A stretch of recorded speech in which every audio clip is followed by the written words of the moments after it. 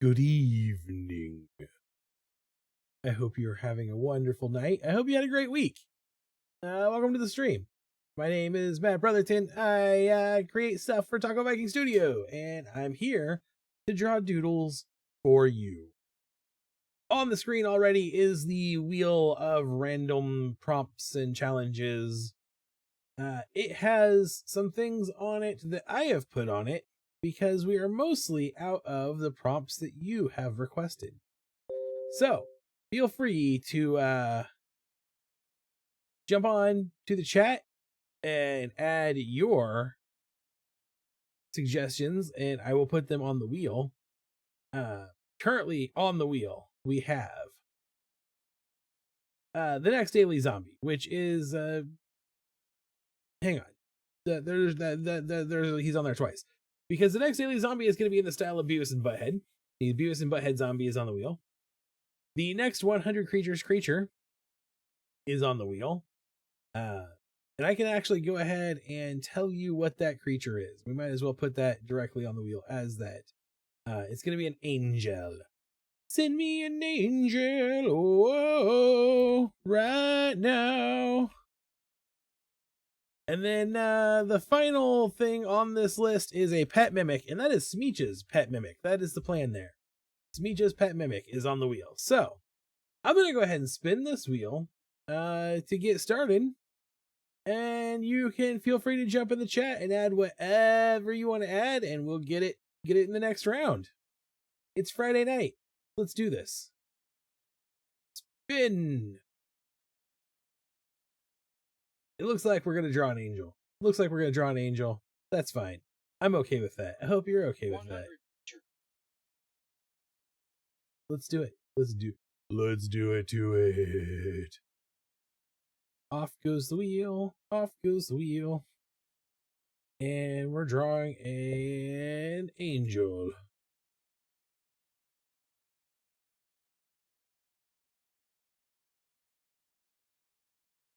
And we're just gonna shrink that down so it'll fit on the screen, and there we go. All right, so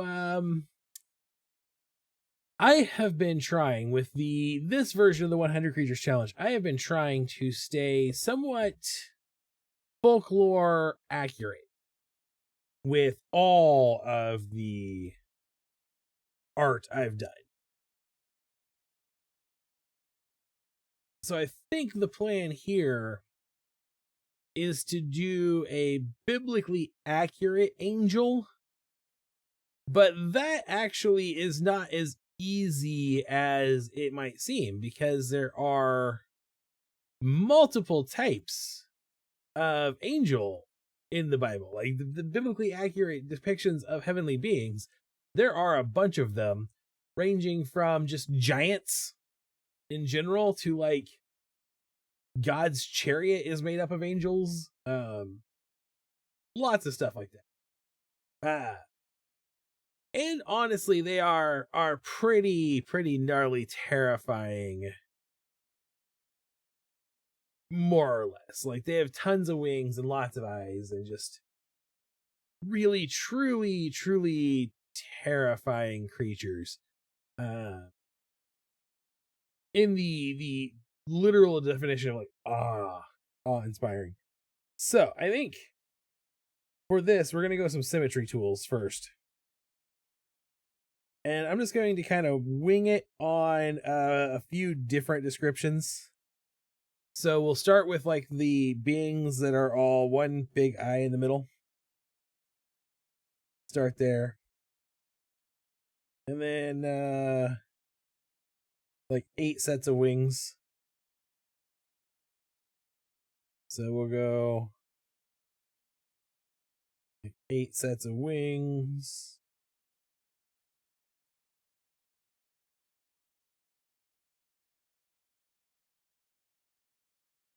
I don't know how I did. Actually, you know what? I'm not sure how I'm going to draw 8 sets of wings. Yikes! Inappropriate thoughts about the chariot. I don't know. Don't know how to respond to that. I'm not sure what your inappropriate thoughts were. But yeah, it's kind of terrifying when you really start to think about some of these things. So like maybe something like this. I don't know. I'm not sure how I feel about this. I think if I say this is what I'm doing, like if I call this an angel, then people are gonna be like, "What the heck are you talking about, you crazy person?" Even though I do feel like this right here is actually semi-accurate already. So what if instead let's not draw a biblically accurate angel. Let's if it's made of angels, there is a potential face sitting. Ooh, yeah. Except for again, angels as creatures are just living objects. So like the chariot itself doesn't have a face. But I was gonna say most angels don't have faces because I was gonna say angels don't have faces. A lot of them don't have faces at all, but some of them have multiple faces. So let's like go more traditional medieval European route. So like, you know, person looking down on you, halo, wings.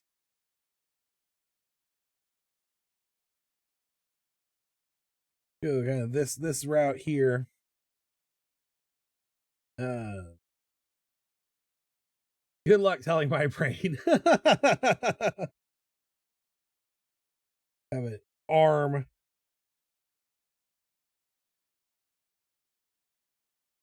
Spear.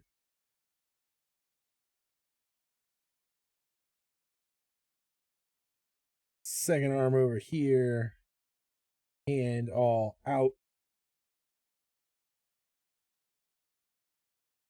My iPad seems to be running a little laggy tonight, and I restarted it to try to make it not do that.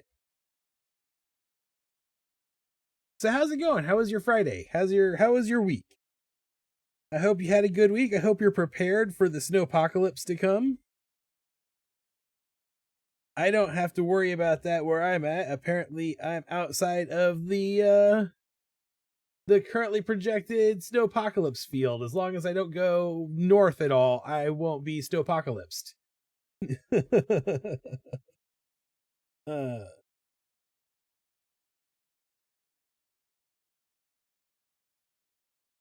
All right, so let's start turning this into a little bit more big poofy sleeves. This is definitely something is definitely not up here. My iPad is definitely running super laggy, and that's not good. I can't draw if it gets too terribly laggy here. So, did you ask the pad how its day was? I tried to ask it how it was, but it hasn't responded yet. Oh. I am going to actually go ahead and restart my iPad. Like maybe when I rebooted it, something bad happened. You know, sometimes these things uh like it might have started up funky for some reason. You know, what something like that. We'll try. So I'm gonna try redoing that real fast. Just to see if it will solve all the problems. I brought my work laptop home in case I need to work from home, which is new to me.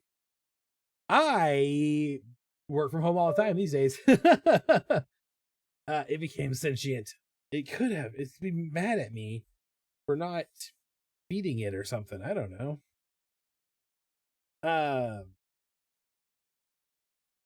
I worked from home a lot. I worked from home more than I worked from work by the time I left the Department of Revenue. And of course, I spent the last year working right here from the office. So, it is what it is. I work from home. I do. Ooh, you know what? While this is rebooting, it would be a great time for me to show you a cool thing. So, Leo, Hard Rocker Leo, who pops up in the chat from time to time, made me a thing for Christmas. I'm gonna grab it.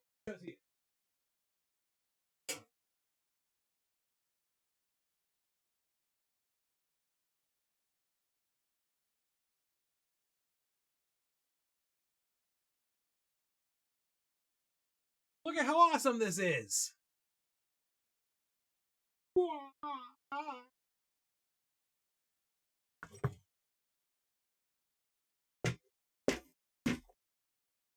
That is the logo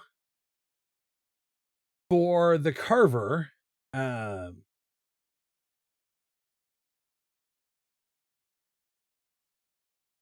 November Patreon pack as one of his cool. Yeah, he did share it on Discord. He did share it on Discord. That is correct.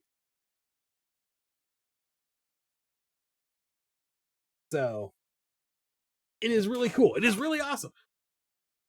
I went and met up with him yesterday and got that from him. It was really cool. It's gonna go eventually. My desk will be back there in that corner, and the camera will face this way, like towards this wall over here, and it will hang on the wall behind me with my fat chocobo and my big map of the world, and probably the Patreon prints. That's my plan going forward, is to have the Patreon prints hanging up back too. So, all right, now we're connecting to the computer again. Hopefully this is now gonna not lag behind. Wah, back to the drawing world. I'm pretty excited about it. I also finally figured out that the exposure was set wrong. The auto exposure was set wrong on my webcam. So as you can see, I look like a person again instead of just a completely blinding light of death and doom. Yeah. There we go. That's working again. Straighten that out a bit. There we go. Yeah. Make shifting clotheslines that you can rotate as the months progress. Oh, I could do something cool like that. I figured eventually I just have the entire wall covered in 8x10 art prints. So let's see. What do we want to do face wise? We could I'm still thinking, instead of just doing a human face, what might be fun would be to acknowledge the fact that these angels are like covered in eyeballs, and come in here and like draw in some eyes like I normally would, right? And then maybe the nose is also an eye, and the mouth is also an eye. A line to hang the artwork, that is. Yeah. That's what I figured you mean. Like so it can just scroll across. Get super ambitious and put a motor on it so it like scrolls like a conveyor belt and just shows all of it slowly across behind me the whole time. If I was going to do that though, I would do it the cheater's way. Like similar to how Paramin does the poster behind him on his stream, where he's just got a poster frame with green screen fabric in it. I would just put something behind me that was a green screen and have the art prints slide across it as an animated video. Well, before the line, my brain set a train on a track. Yeah, I get it. So we give it a little ear like this, just so that people know this is also a face made of eyes.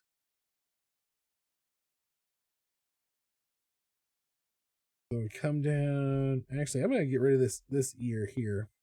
I'm gonna change all of this up, back up. I like the concept, but I think what I want to do actually is like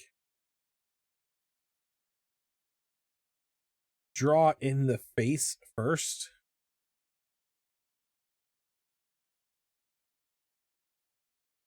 So that we can match those eyes to the face and try to be a little more, I don't know, terrifying.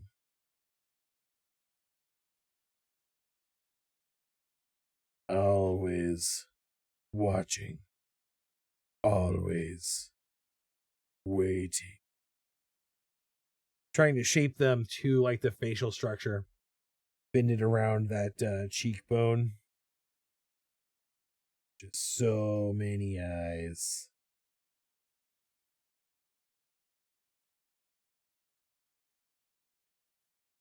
All of the eyes. Never be able to unsee it.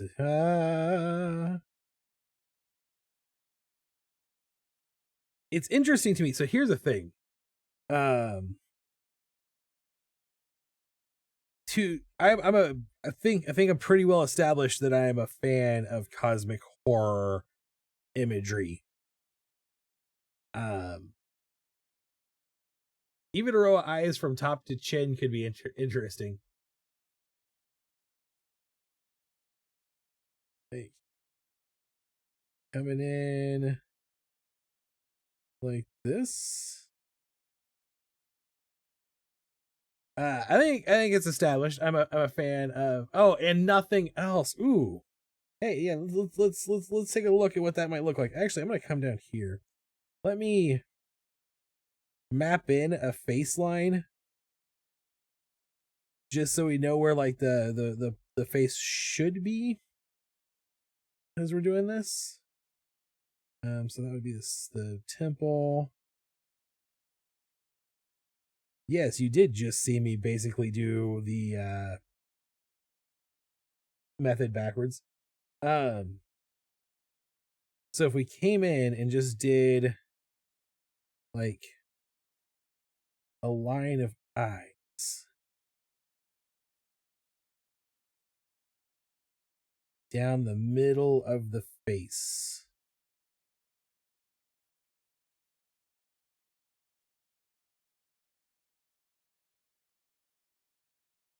Kind of built a facial structure around that.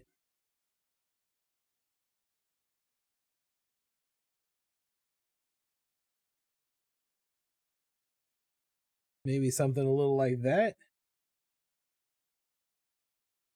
Since they don't have to be so similarly human looking, but a blank head, face, and a row of eyes sounds intriguing. Yeah, kind of like that, The other way would be like you could also do the kind of like that actually quite a bit. Just eyes.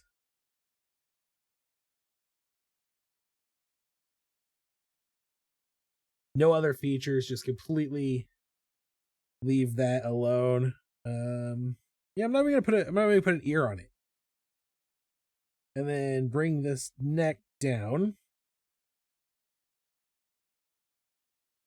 Like to there. And we just have a little like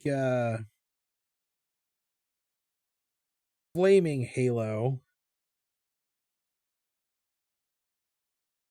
here. I just like the idea of this halo being like made of fire. Because that's also a big piece of imagery. But as a person who is a pretty big fan of like cosmic horror imagery, it's intriguing to me how much of that imagery applies to the biblically accurate angels. Like, I don't know that I've ever heard of a biblically accurate angel with tentacles. I don't think I have. I don't think I've ever heard of a biblically accurate angel with tentacles. But eyes and flames and shadows and twisted body shapes and contortion, and it's crazy. It's crazy. Like the sources for which clearly the things that were drawn upon by H.P. Lovecraft.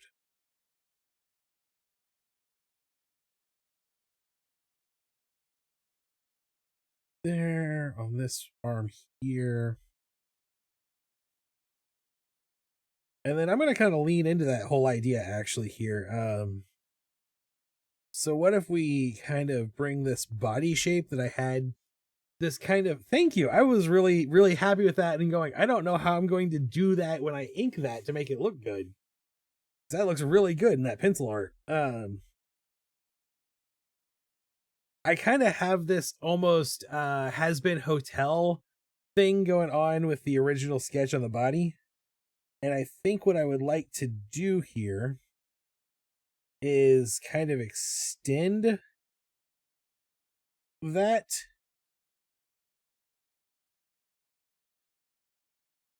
Kind of maybe. I don't know. I want to play into kind of some of those cosmic horror themes still. I'm gonna let that percolate. I'm gonna let that kind of grind away. J'arrive! Bientôt! I'm gonna let that work away in the background while I do this hand. Because I think there's something there. I think there's something here we can do with the like cosmic horror imagery and biblically accurate angels and making this an interesting piece. A uniquely Taco Viking piece.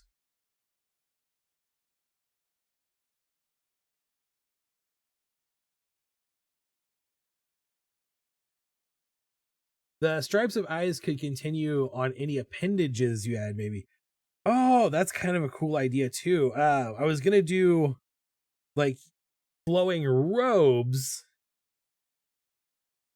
but that could be, instead of flowing robes, maybe sinuousy serpentine body parts that are covered, have those lines of eyes coming down through them.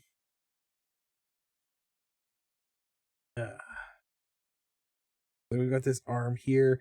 I'm like kind of like Aang's tattoos in Avatar: The Last Airbender.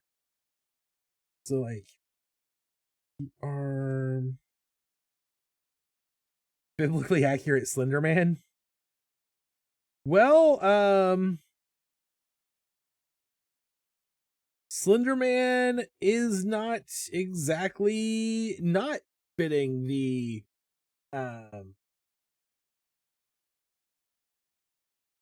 description. Basically, what I was saying right before you jumped in is, other than tentacles,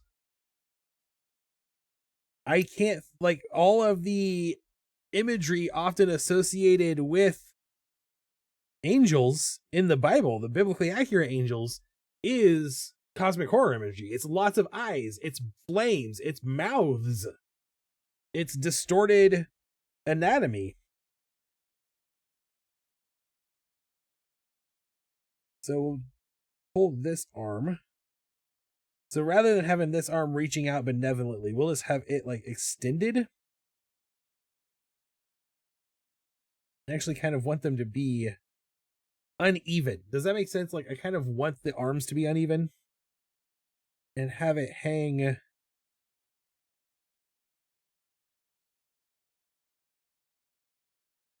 all the way, like almost kind of melting.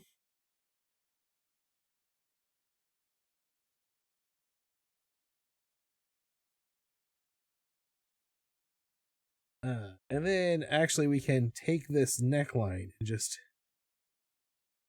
purge it. This line of eyes now comes down this arm. I'm gonna have to clean this sketch up some still. But I like where this is going. Like the concept here is definitely floating my boat. when the platypus of the heavens. When I was in high school trying to figure out how to draw, if I never did, I never did. I drew a seraph that was like a normal angel dude with his wings type guy, with the second set of wings sprouted from his lower back, and he wrapped them around like a kilt. And the third set of wings was on his ankles, like the mythological figure Namor the Samaritan. Those are not uncommon motifs when people are trying to match up the different descriptions of angelic beings. So I'm going to come in here, and I'm going to assume, basically what I'm doing right now is I'm assuming the crotch on a person would be like roughly there. So if this was a humanoidish creature, that would be the crotch. And I'm going to split the body into two like tendril-esque parts here, almost like legs.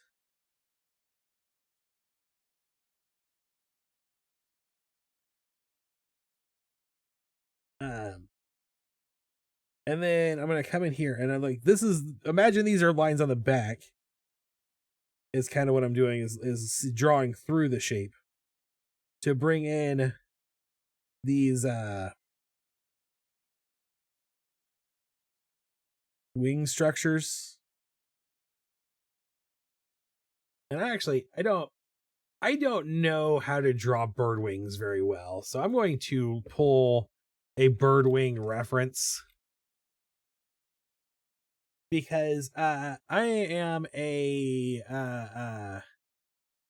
giant fantasy nerd. And for when you're a giant fantasy nerd, mostly what you draw is like dragon wings. So I'm a lot better off with like lizardy, batty type wings than avian wings.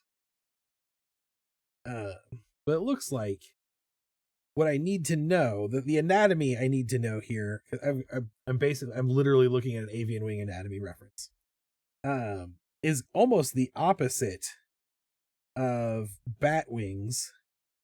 So they have a bone that hooks like this, and then a bone that comes across like this, and then the wings kind of just flare out from there. So I'm going to kind of sketch that shape in real rough. They don't need to be perfect. Bat wings. Do you think it should have bat wings? Because I can draw bat wings. Because here's what the thing I always have to remember about bat wings. A bat wing is basically a bat's hand. Right? So like if this is the thumb and this is the index finger, then most of the other parts of the wing is just weird little mutated finger structures.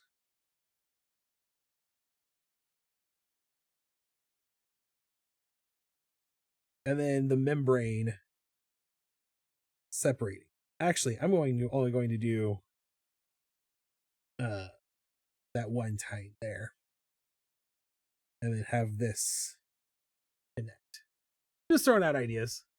Make him with steampunk with gears and stuff. Ooh. That's kind of a cool idea too. Oh dang, but a bird wing is basically just a velociraptor's hand. Ooh. That is actually kind of true. Looking at this anatomy reference, the bone structure, this is what's crazy. Okay, so I eat a lot of chicken wings. Yeah, I said it. And I just now learned how this wing structure actually plays into a chicken wing by looking at the bone structure in the anatomy of this anatomy reference and going, oh, well, that's the flapper. And that's the wingy, the drumette. And that's the little crispy chunk end. And basically, if you're playing that into the same kind of concept as the bat hand becoming fingers coming into the thing, the little flapper part is like the palm. And then they have one little crunchy finger. And then the drumette. And that's basically how a bird wing is formed on the end. Except for that drumette, it actually connects to other bones also. You know, the flapper.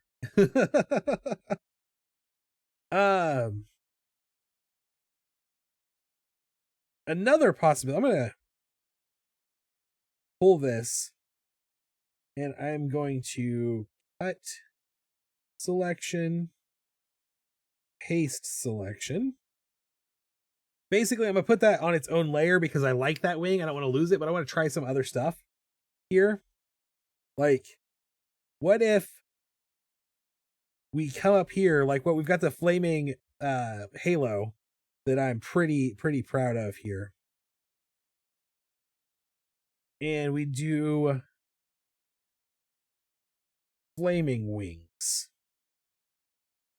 So like Balrog. Flames. It is a good wing. I'm pretty happy. I was pretty proud of it as a wing. Like, maybe something like this. I don't know. This is just kind of a rough sketch in. I don't like that. I don't like that as much.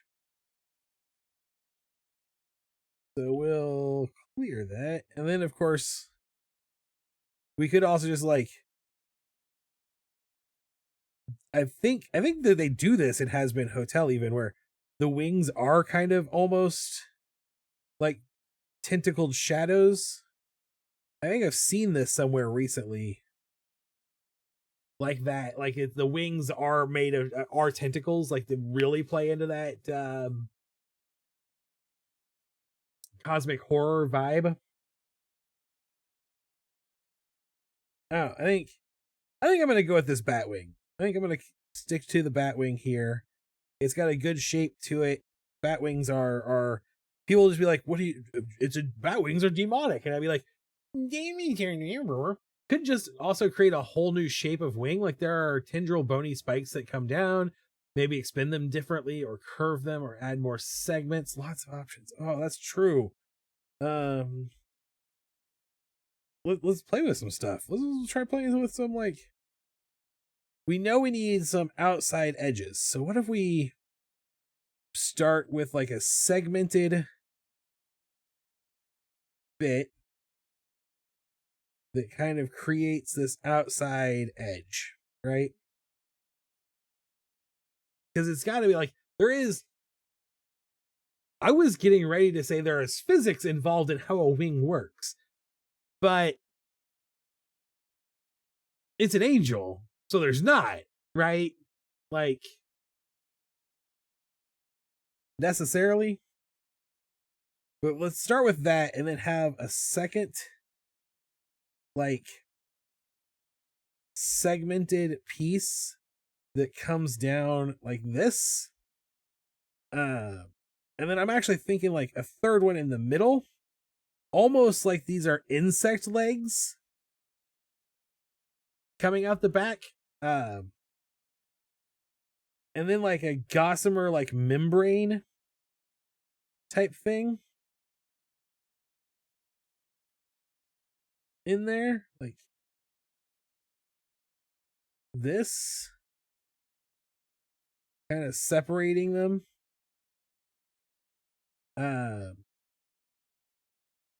Paramin, my older brother, used to collect more oblong shaped, again, just throwing words. I like that though. I like that idea too. I want to try that.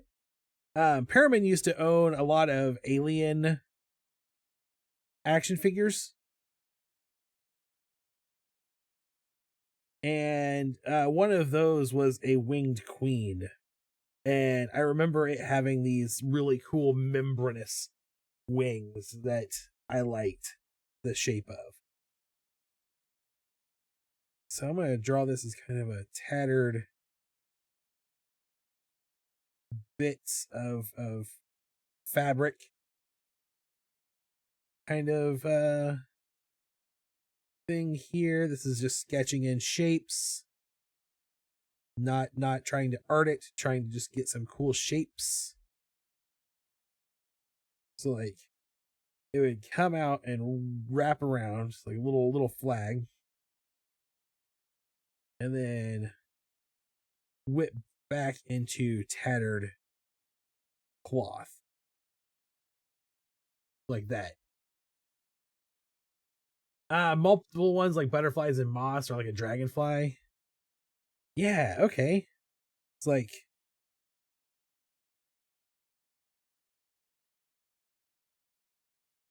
kind of like this a bit. And actually kind of come up. I'm going to go like bringing back like go back to that conversation about like the biblically accurate angels had lots of different sets of wings, right? So like there's 3, and then maybe one over here. It's behind this, so that's a 4th wing, 4th set of wings, really, because we like image of verse that in your head. Maybe one that kind of comes down off of the back. I like the idea of these like tattered. I like the concept of this tattered cloth. I don't know that my style will do it justice. Like if you had a really good painterly style, you could do some really cool stuff. I could have a shorter row of them in a larger, longer set behind that. Okay, that's the fun of digital art, is that we can do multiple layers and just try things out without losing any of our work if we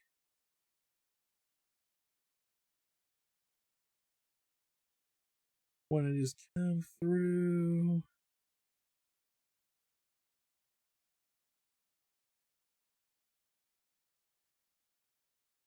That.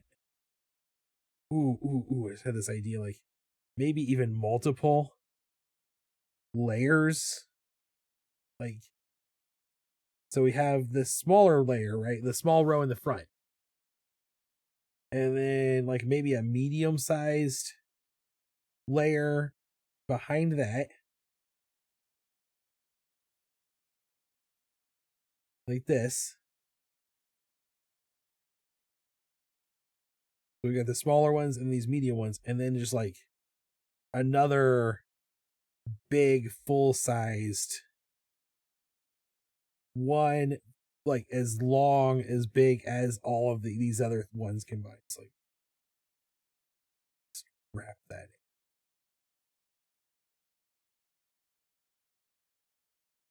in. Again, I like the concept, but I don't know if I am the guy to pull that off. But I do like that concept. I'm kind of torn here. There's a lot of cool ideas here. A lot of this is the fun of doing character design. You can do a lot of cool ideas. This is why if you ever see a character design book, you'll have like 75 designs for one character, because you get some really cool elements. And you're like, ooh, or we can try an eye patch.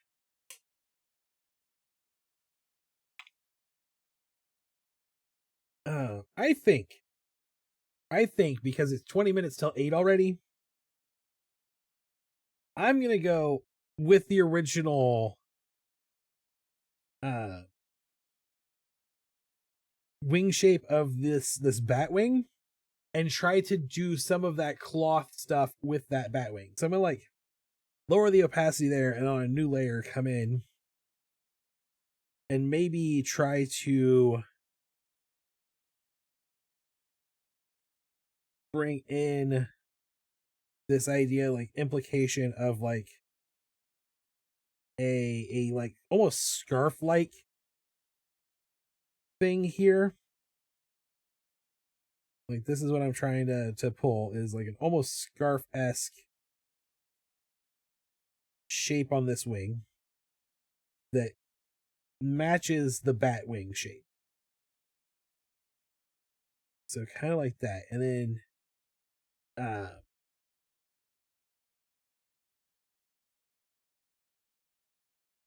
real gritty end on that line art.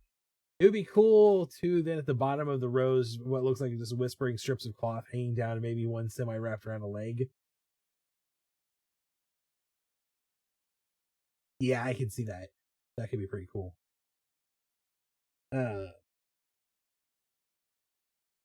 So like just coming down. I feel like this I don't know how familiar you are with the character design art for like Digimon, but that's kind of where we're the direction this gets into a little bit. Digimon has a lot of angelic mons, like Angelwoman and Angemon and Neo Angelwoman, and they have a lot of like scarf and cloth imagery as part of their just general design philosophy of those characters. But I think I'm going to try something here. And then have this like as a series of these. So like here's a second one that comes around, and then here, instead of like coming out this way, it wraps down. So like this. So again, I'm just trying to imply this like scarf-esque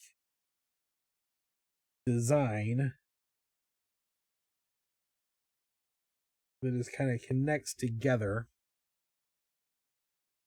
And then have a third one now that comes around bottom,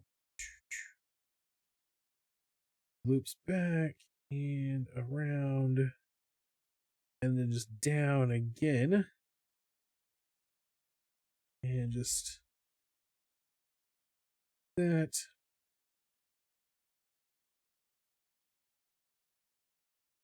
Cross. It's almost like these cloth ribbons come like this. If it's too much though, no worries. I can just carry on with ideas. No end in sight. If it bogs it down, it can skip. Yeah, I'm just coming to an end because I would love, like, I don't know. I like to do 2 drawings in a stream is what it comes down to. No other real particular reason. I just like to hit 2. But what I'm thinking is like we have like this and then this basic shape here still, but then we just literally like maybe do some like cloth folds in between them, like this kind of. And then down here we'd come around that, just cloth folds.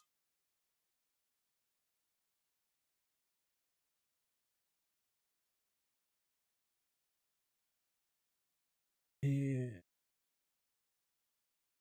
I like the idea of these cloth wings. That's what I really like about this concept. Is what I'm trying to figure out how to work in here. That's what I really like, is the idea of the cloth wings. Yeah.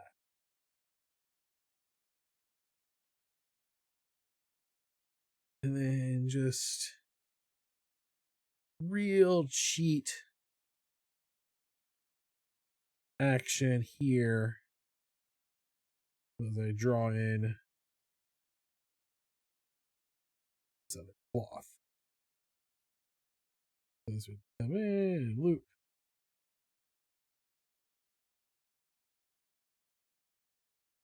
That.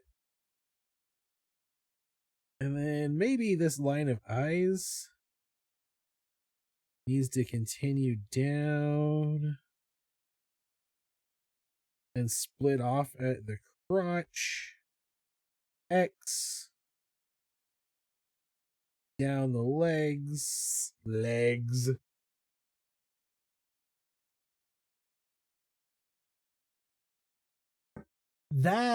That's a cool idea. That actually just keep going forever.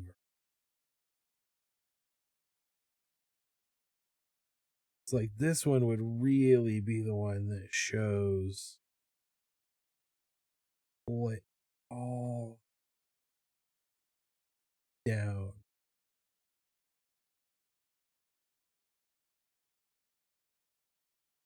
Down, down upon Goblin Town. Flappy parts equal to segments. Yeah, I think I'm hip to your jive.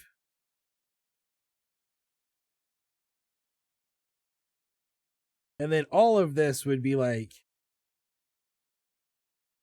bustling, shiny, blinding light.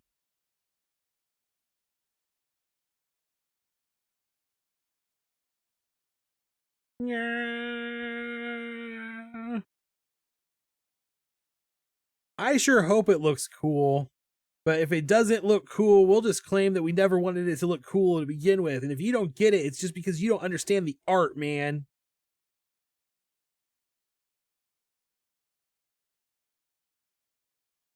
There's a real rough sketch of what we're going to do here. So I'm going to just merge all these layers together as our new sketchy layer.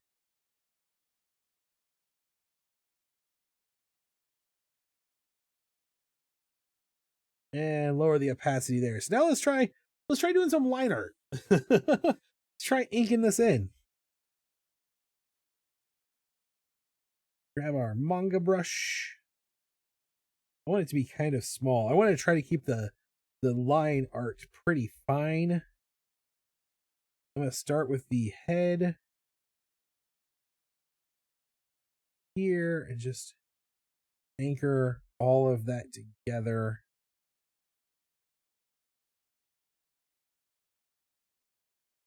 Oh.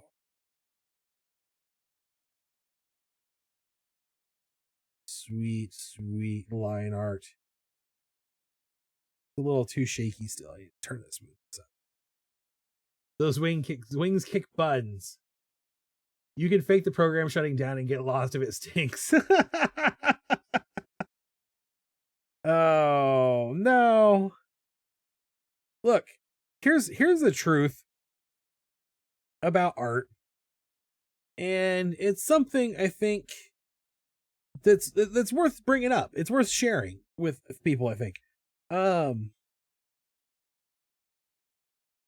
By far and away, not everything you draw is going to be awesome, right? Like, it is impossible to draw 1,000 illustrations and have 1,000 great illustrations.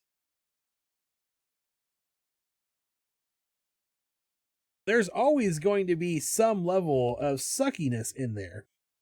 Things that just don't work out the way you wanted them to. Experiments that you tried that didn't work the way you wanted them to.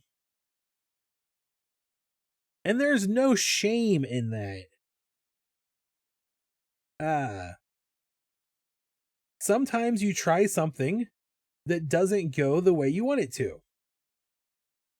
And if I was working on a design for, like, let's say I was working on a Patreon piece, and this is true because I'm not happy with the hippo I did the other day. If I'm working on a commercial piece and I don't like it, I will redo it a bunch of times. I'll redo it to try to make it better, right? Like, I have a standard I'm willing to accept as far as, like, sticker designs that I give you guys as my patron supporter, my patrons. And if the sticker doesn't match up to that level, it's not going out. But if I'm drawing like this challenge specifically, even, I do to see where my strengths and weaknesses are, to see what lessons I have learned since the last time I did the challenge, to see where I've grown and where I can need to focus on practicing maybe in the future. And so if a piece here doesn't turn out the way I want it to, if it has problems and I don't like it, then what I have to do is sit down with that piece and go, what was I trying to accomplish? Why did I not? Why was I not able to do that? Like, where did this piece fail, quote unquote, fail at? And I'm okay with that, especially for this challenge. It's okay sometimes for your art to not be perfect. And I actually try to share a lot more of my work than a lot of artists do, because I believe in sharing your bad art, your ugly art, your failures as an artist, as much as your successes. I still don't share everything I draw because I just draw that much, guys. Like, seriously, I've got, in addition to what I work on illustration wise, I also just doodle still all the time. But it's important, I think, for people to see that art isn't always perfect. It's not always clean. And there's nothing wrong with that. Like, it's okay to experiment and try new things and fail at it. Right now on this drawing, I'm trying a bunch of new stuff. I'm going to try, like, the way I did the crown or the halo in the pencil art looks really cool. I've never tried that before. It looks really cool. I'm going to try inking it and hopefully I don't ruin it, but it's a whole new experiment for me. And if it's successful, that's going to be awesome. I'll know how to do that in the future. And if not, I'm glad I tried it, you know? And that's kind of, for this one, it's going to be a trick in the rendering, I think. Because I work mostly in vector. I don't really like to work in rasterized colors. But I think some of the stuff I'm trying to do with this picture might need me to experiment with rasterized art, rasterized brushes to pull off. And hopefully it works. And if it doesn't, then we've learned something still. And that's kind of just how I go forward. Well, with this one specifically, sometimes it's best to just wing it. Oh! And that's, I am hopeful because the pencil sketch looks pretty cool. That the ink sketch, I normally do like clean up and make an image look better in the inking. Normally, not always. Sometimes I screw it up in the inking. But I think there's a lot of potential for a really cool looking thing here. I'm hopeful. And I'm just going to come in and drink.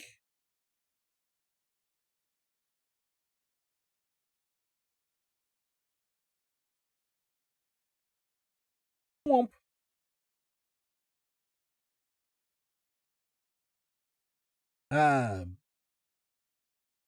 Whenever I was doing any kind of like beginners level class, when I was doing training, I would always put a slide with my favorite meme ever in it.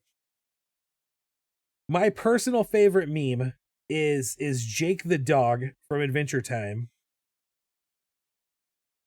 saying the first step to being good at something is kind of sucking at it. Or I'm sorry, sucking at something is the first step to being kind of good at it.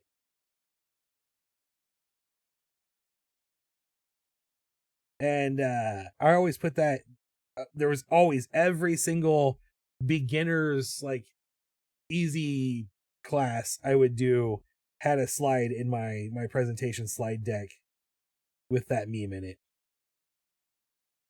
Because I really do genuinely just believe in that message.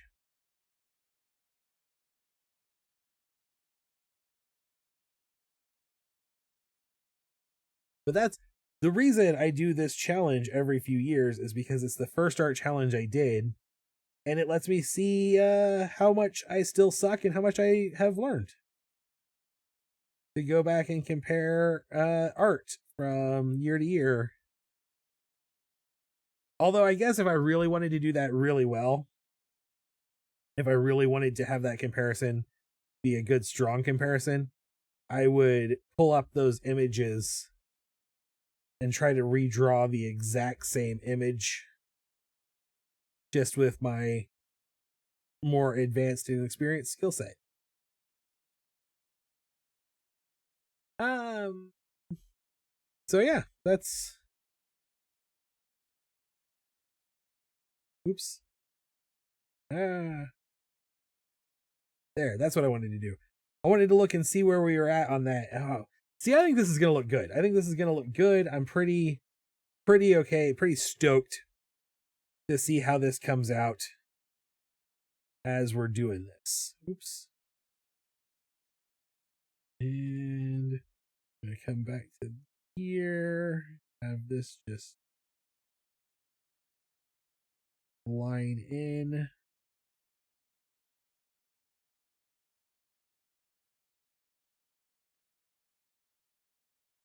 Up,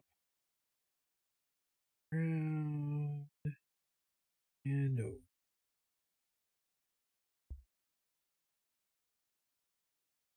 Again, I think this concept is one I'm pretty happy with this illustration. I'm gonna start with that, so no one thinks I'm giving myself a hard time here. But this concept, I think, is one that lends itself really well to a more painter style rendering.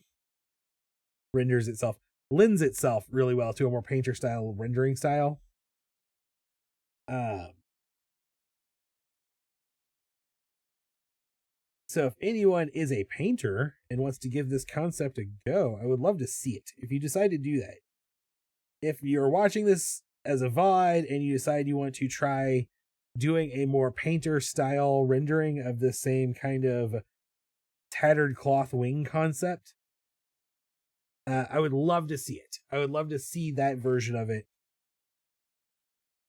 That's not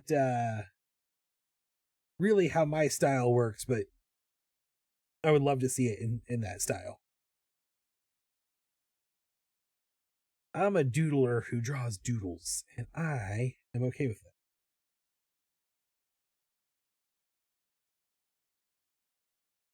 I have this concept of art styles, and I think it's a very accurate one. There are basically three types of visual artist in the world. There are doodlers, and those are people who draw line art, like illustrator style art. They see the world in lines. That's who I very much am, a doodler. I see lines and then struggle to see things as shapes. Like that's my challenge, is seeing things as shapes. Um, there are splatterers, which are people who naturally see the shapes of the world, and they tend to be drawn towards more painting styles or painter-esque styles. And then there are squishers, and they are people who see structure more than anything else, and they're more drawn to like clay. That's just my general observation. Again, there's no science there, just a thing I've kind of noticed. Yeah, I want one more offshoot here. I kind of want it to be, yeah,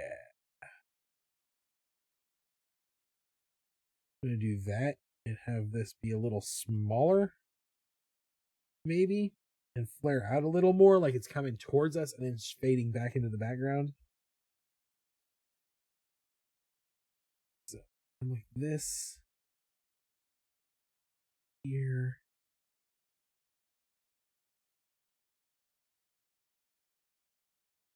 Nope. Pretty thin. And then this would come around and then flare out.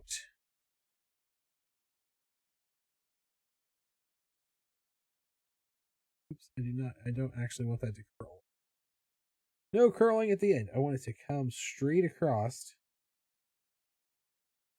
like that to imply that this. Hang on. There's something here. I'm trying to. Speaking of experimenting with things, Hey, welcome to the stream. I hope you're having a good Friday night. I showed off your thing that you gave me earlier. It's still sitting here next to me.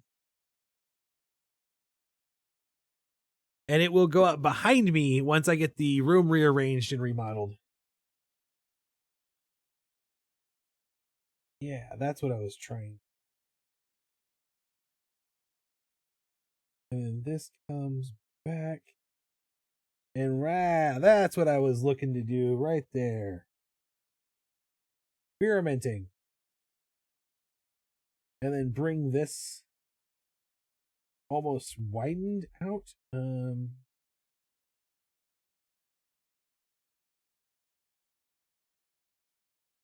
Here's where things can be tricky, is because I'm trying to do this digitally. I totally eyeballed the blue. I think you nailed it too. And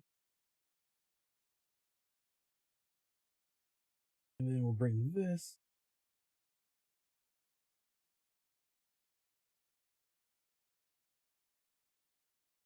There. No, I actually want that to flare even more. I want that to flare even more. That's what I was trying to get to. Let's clean that up a bit right there.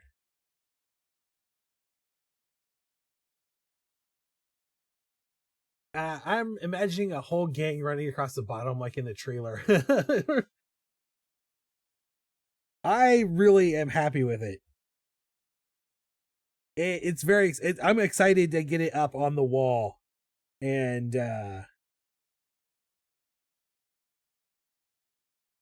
get it like hung and up and part of with everything. It's gonna look good. It looks so good. Okay, that is what I was trying to get this like flared thing like it was coming at us here. And then we'll come in here and we'll draw in this cloth.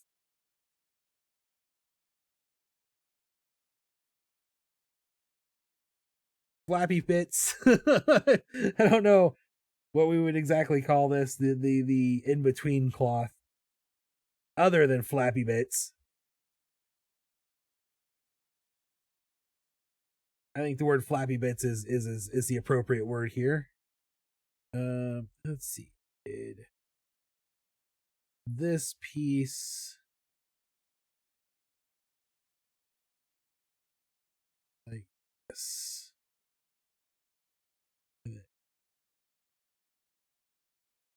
That. And then that would cause this to need to come around like that, I think.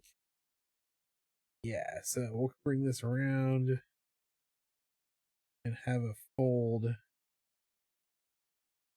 Yeah, there we go. No, that doesn't look right.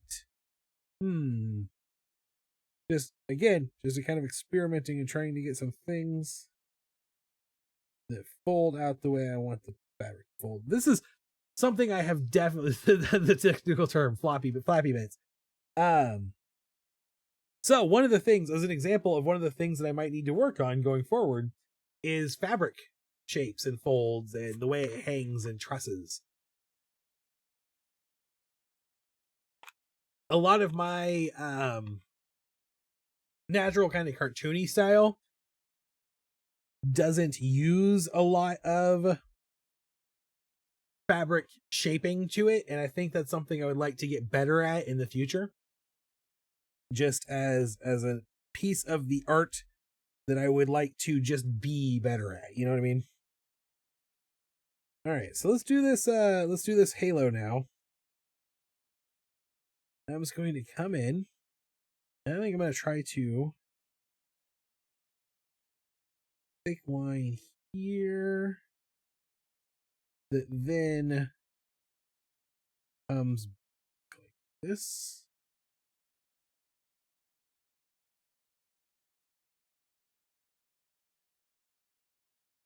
Just that kind of implied ring shape there to it.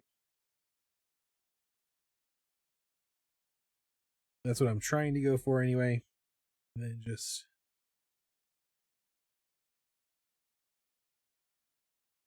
real thin. Right. Okay.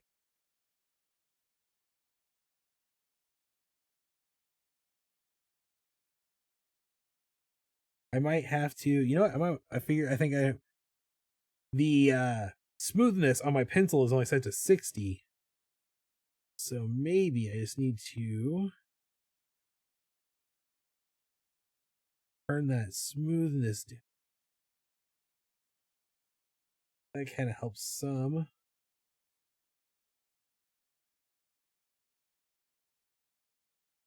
Just let it feel and flow organic like. This is, I was saying the other day, as I'm starting to understand why people buy little boards to put their iPad in when they're drawing.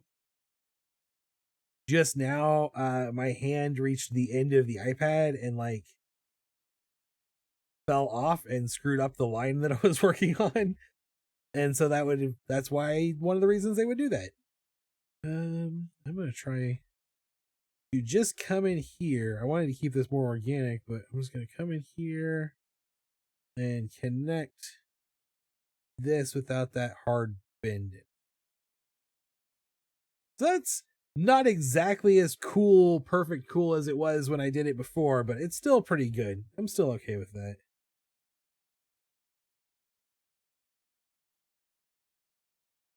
And this line comes around.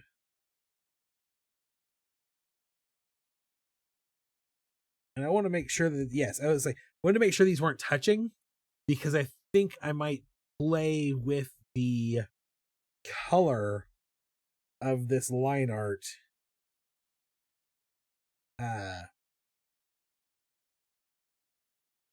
in a second. Like when we do the color level part of this drawing, I might play with the color of this line art to experiment with something on this fire, this flaming halo.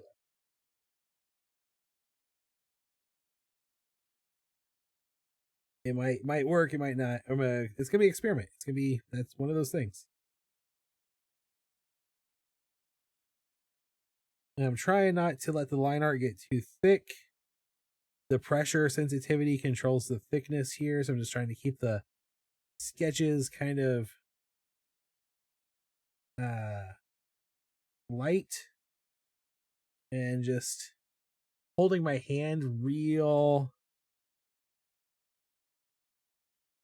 floppy, I guess. You said it as I said. You can also experiment with other colors instead of like, yes.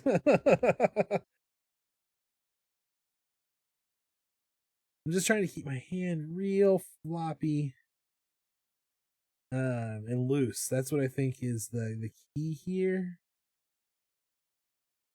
Feeling it kind of flow.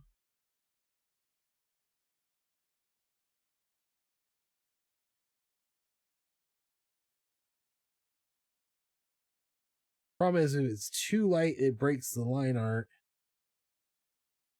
And then it makes it a bitch to color.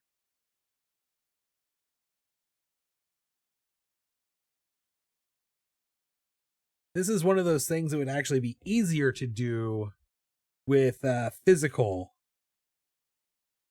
media instead of digital. This is one of those things that would probably be easier with physical, because I'd have finer control. And then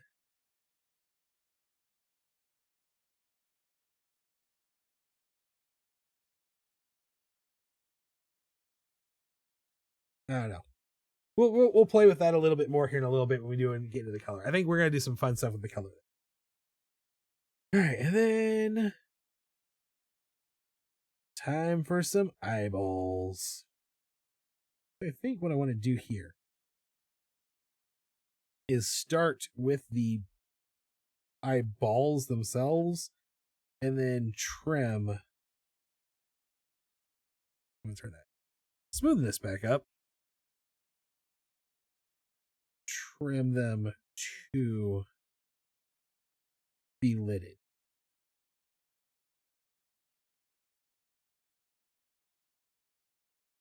Yeah. I like that. See if I can just get away with a shortcut.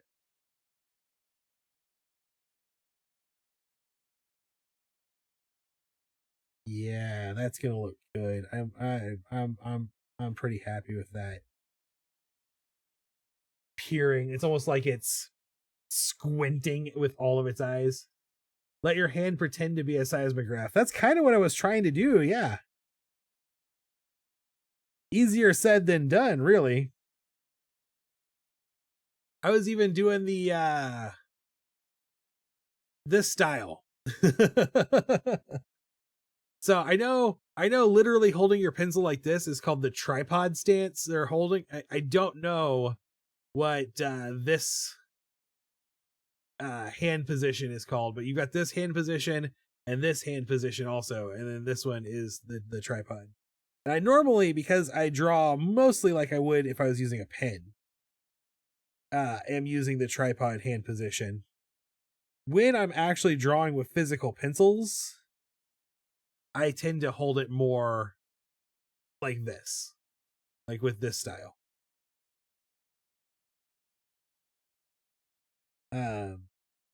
But I don't draw with physical pencils that often anymore. Unfortunately, I probably should. I probably should not let myself off the hook on practicing physical media.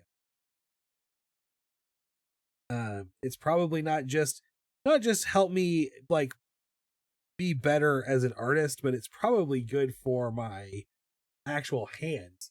That position is called the rubber pencil illusion position. Okay.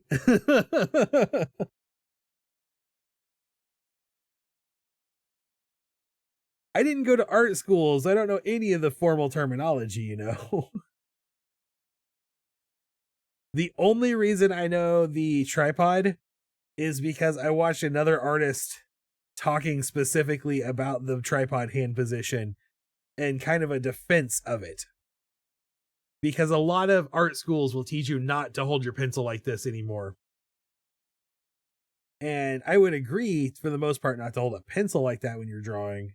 But most of your other art tools, you will.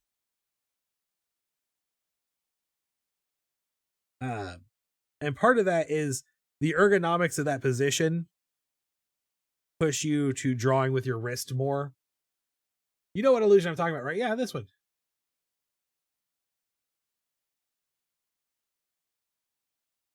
Wobbly pencil. I don't know if you can see the wobbly pencil illusion very well on my high-speed webcam, my 60 hertz webcam. It kind of relies on motion blur.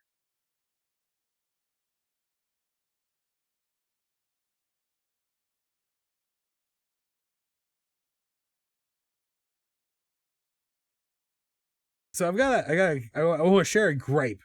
I want to share a gripe with you guys, with y'all. I have been watching the 2004 animated series The Batman. And a lot of the time I feel like it is just a more simplified and child-friendly version of the Batman the Animated Series from the 90s. Sometimes I really like some of the original character like direction they go with some of the characters. Sometimes I really don't like it. I think it's, for example, in the Batman, Poison Ivy is a teenager. And I'm like, Poison Ivy is a sexual femme fatale. That's like her entire character. I'm not comfortable with you making that character 16. But that's not my gripe. That's not my gripe. My gripe is actually not related to any of that at all. I got to season 3 and they changed the theme song. The original theme song was pretty good. I liked it. And they changed it to be more like I don't know what the word is. Cartoony is almost what I would say. And the worst part is the original theme song ended with someone going, "The Batman." And it's really like this haunting thing, and it doesn't exist anymore. It made me sad. It made me very angry and sad. There, I said it. I'm mad at you, 2006, the Batman showrunners. Okay, just checking. I couldn't tell how serious you were being about an official position. I was being serious about not knowing the official positions because I didn't go to art school, and the only reason I know the tripod position is from the Defense of the Tripod Hand Position video. That was a separate thought to the idea of the floppy, the rubber pencil illusion. Same root, different branch.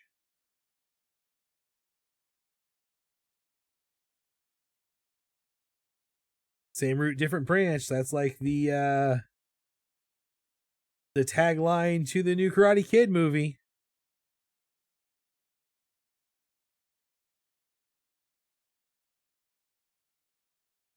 See, these eyes are definitely up my wheelhouse. This is my art here. This foldy bits up here is where I need to work, but like this bit down through here that looks like these little cartoon eyes sticking out of a dude's crotch. That's my art. Crotch eyeballs. That's me. I know whenever people are like, define your art in one short sentence, I'm like, crotch eyeballs. And they're like, yeah, crotch eyeballs, more flappy bits.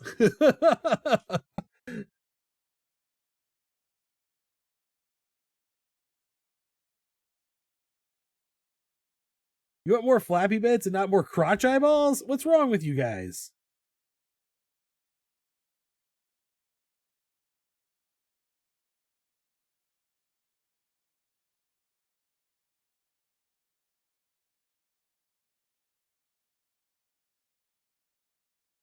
It feels a bit Pan's Labyrinth. You know what? I'm okay with that. Pan's Labyrinth character design was really good creature design. And obviously very heavily drawn from the same kind of sources as what I am drawing from here. Oops. So, all things considered, not bad company to be in.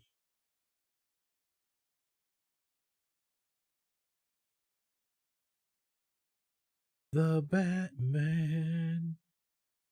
Wow.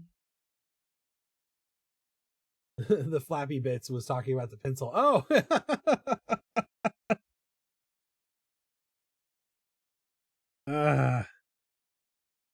Yeah, when you've got a floppy pencil and crotch eyes, that's probably time to see your doctor.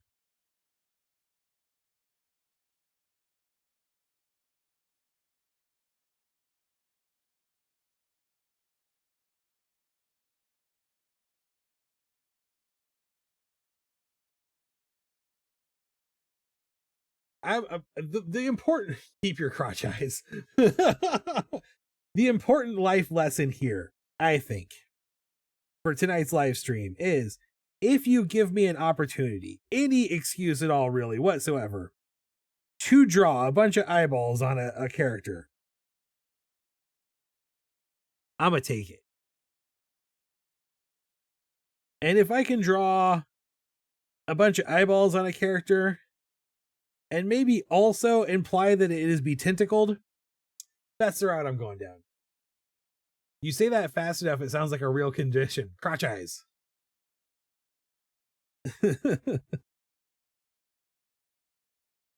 Oh. I'm pretty sure that this VOD will ruin any opportunity I ever had for going monetized on YouTube. They're gonna be like, this is an entire live stream talking about eye crotches. Their crotch eyes. I don't even know what crotch eyes are, but I'm pretty sure our advertisers won't like that.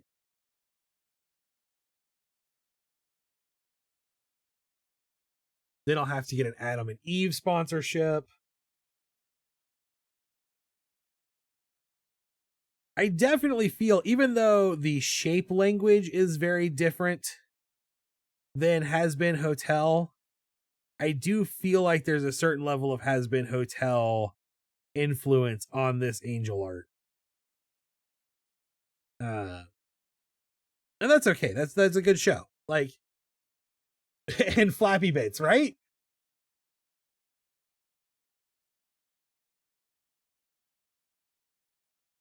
I'm going to go to the doctor, have the doctor check out my crotch eyes and Flappy Bits. Tell me if I'm still okay.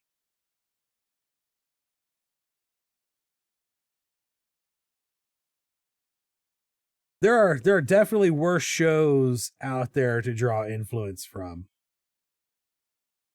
Especially as a cartoonist illustrator who likes simple vector art, because that is a show that is drawn in a vector style, although not necessarily a simple vector style, not a super complex one, but more complex than normally what I draw.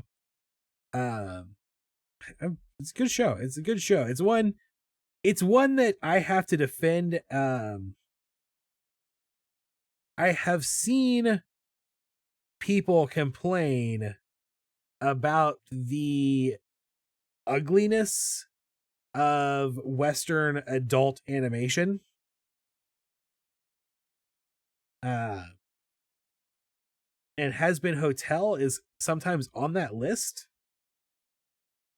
And I feel like I want to defend it because I'm like, I understand where you're coming from, because part of this critique is just basically saying that Western adult animation is lazy. And there is truth to that. It's not necessarily lazy because the animators don't want to work. It's lazy the way Hanna-Barbera purposely designed the cartoons from the 60s and 70s to be lazy to keep costs down. It's an economic issue. And people don't want to admit this, but in Eastern animation, the animators are treated horribly. They're very underpaid and overworked. And so, yeah, Japanese cartoons are freaking beautiful sometimes, but also you work animators to death to make that happen. And when you don't work them to death, or you don't work, you keep them and yet keep them on the same timeline, really, you get Dragon Ball Super's original release, which everyone complains about looking ugly. So make a choice. Pay your people better, basically, is what it comes down to. I don't think Has Been Hotel fairly falls into that category, though. Because it was a single person project that then got a budget to upscale, and I feel like they put, instead of redesigning all the characters, the single person project character design was there, but they put so much work into really smooth, beautiful animation in some of the sequences. Great show. I feel like that's true too. They will definitely be different colors. That is definitely an aspect of this character. And I think it's going to be... Oh, actually, I might have to try two different color schemes. My original plan was for this art to be, this character to be basically solid white and kind of glowing, but I just accidentally filled it with black there for a second and saw just enough of what that might look like to make me try doing a version of this character that is solid black.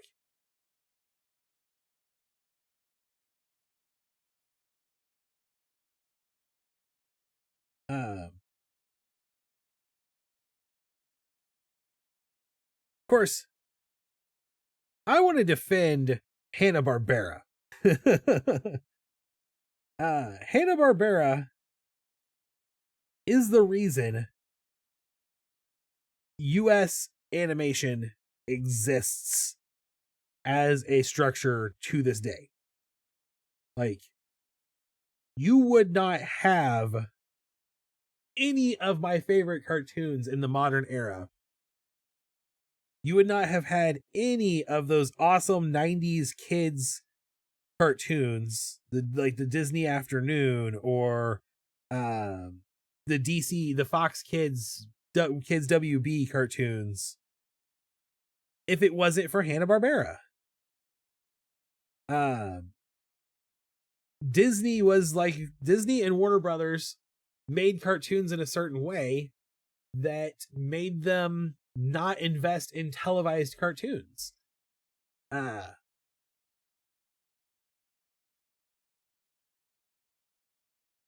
that Hanna-Barbera proved that cartoons could work. And we have to defend that. Like, we have to understand there is an economics to television, right? And they made it work. There would be no BoJack Horseman, as an example, without Hanna-Barbera, without, quite frankly, the Flintstones.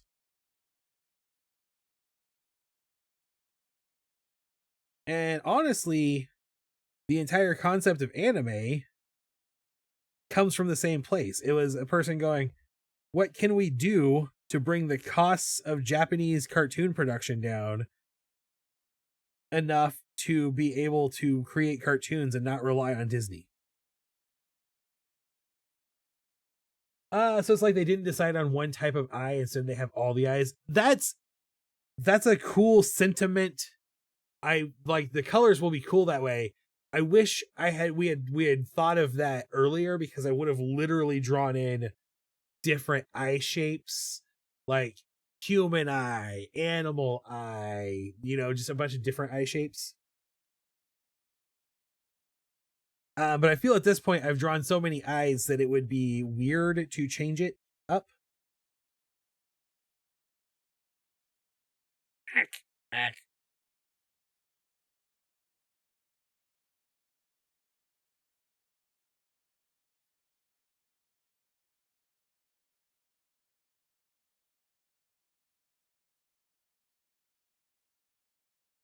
So, yeah, if you like any modern cartoon at all that comes from the United States, you can thank Hanna-Barbera.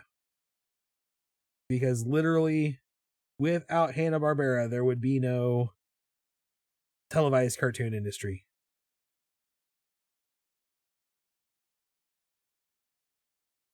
And directly, for some of my favorite cartoons, they were cartoons. And the Cartoon Network cartoons were like literally Hanna-Barbera like animation house. So they wouldn't exist without Hanna-Barbera, because they were Hanna-Barbera cartoons. Kind of, in a way. Hanna-Barbera was going under and became the cartoon, got bought out and became Cartoon Network. But there's a relationship between them. Like a Noah's Ark. Yeah, I thought of that with this comment above. Like a Noah's Ark of eyes. Yes, that would be really cool. So again, if you're watching this and you're thinking about taking a shot at doing this on your own, like making a similar concept, as I've already encouraged people to do, especially if you have a different, very different art style from mine. Especially if you're more of a painterly style, or even if you're an illustrator. Actually, I don't own the concept of angels. And I don't own the concept of things being covered in lots of eyeballs. Or tattered cloth wings, for that matter. So, if you're watching this and you're inspired and you want to draw it, that's awesome. Do so. And just tag me when you share it on social media. Let me see it. I want to see it. Especially if you want to do some of these concepts that we talked about but didn't get to do in this drawing. Like having a bunch of different animal type eyes in your drawing. I would absolutely love to see that. That would be so cool. And then I'm going to try, hang on, let's see, can I do this here and then down? Yeah, let's go. Nah, it's too close together. Are the hands different, or is the curled one assumed to be like a gnarled driftwood hand but unseen? Okay, so I literally tried to make them different. I was trying to make this one look kind of melted, and this one, I don't know. I don't know. It was like it was an experiment of trying to do some like asymmetrical off-putting stuff. Um and I don't know if that reads in this drawing or if it's just going to read like a mistake. And based on your question, it sounds like it probably just reads as a mistake, which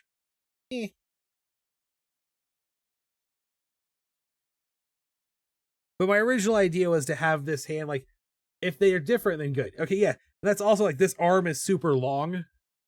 This arm is this one. This arm is super long. And this one is like normal proportions. So that was kind of this whole concept of like inhuman anatomy and shifting molten, I don't know. There was a concept for it in my head. I don't think it reads the way I wanted it to, but I also at this point I'm like, it's okay. There's gonna be some really cool parts of this picture, and some really not cool parts of this picture, like parts of this picture that could use some work. And I'm okay with that. Like, I'm okay with where it's at.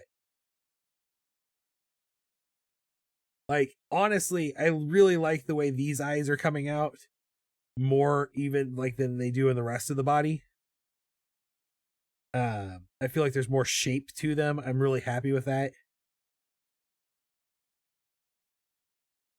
This is something that were I not on the live stream right now, if I'm being completely honest, if I were not on the live stream right now, I would probably take some of this and completely redo it, because I've like in the process of doing the work found something I really really love that I didn't do in other places and would need to redo. But because we're on the live stream, I'm not going to do that. I like the raised eyelids you just did too. Thank you. That's where I'm really, I love that broken line. That the way that does that worked out really well. And sometimes that's a part of this process, right? Like sometimes you nail it in the sketch,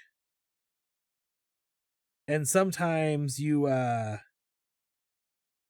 find things along the way that change the whole trajectory of the piece and just bring something really cool to it. And then you gotta go back and reiterate. It's yeah, that's exactly it. It's a thing that's really simple, and I probably should have thought of it from the very beginning,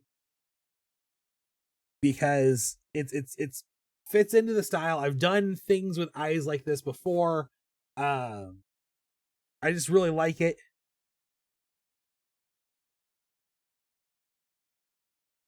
And that's art is kind of iterative in that way. I think I'm gonna project manage business nerd a little bit here. When I first was working projects and learning project management principles, I was working on a team that was very what we call waterfall. And waterfall project management is like everything gets done, and then everything in the next stage gets done, and then everything in the next stage gets done, and then everything in the next stage gets done. And as I was working, agile project management became more and more of a thing. And agile is like constantly reiterating and circling back on itself, and just like working as the ideas cultivate.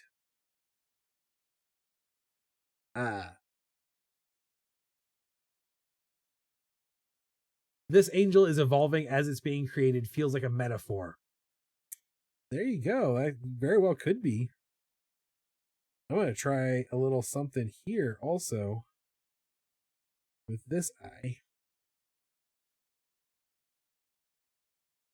Actually, try. Bring this down, back and around. And then ball should be an eyeball because your eyeball is a ball. That looks like a whole jumble of lines, but as I start to trim them away, that should bring us to kind of an angry, glaring eye on the back of this hand. That's kind of what I was going for anyway. And I'm actually going to kind of draw in some more of these like twisty, molten like wrinkle lines on this hand.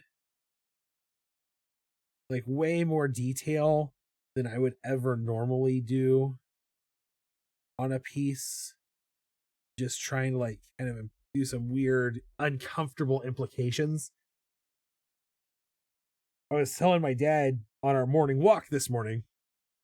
I've been listening to Tale Foundry a lot. Tale Foundry is a wonderful YouTube channel that goes into literary tropes and world building, and just it's great. Check it out. Tale Foundry, TALE Foundry. And they did an episode on like the most sinister type of horror, which is just continually building anxiety,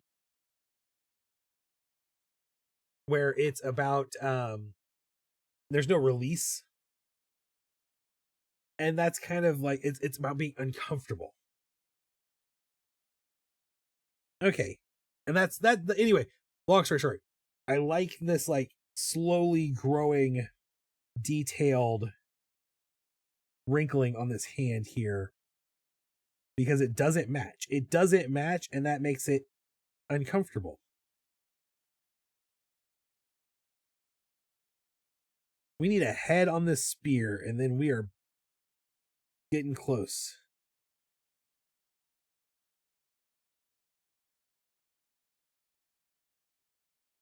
Just keep it simple.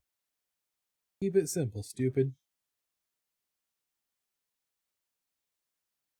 Keep it simple, Sasquatch. Ooh, he didn't moisturize or use sunscreen, hence wrinkles. That's right.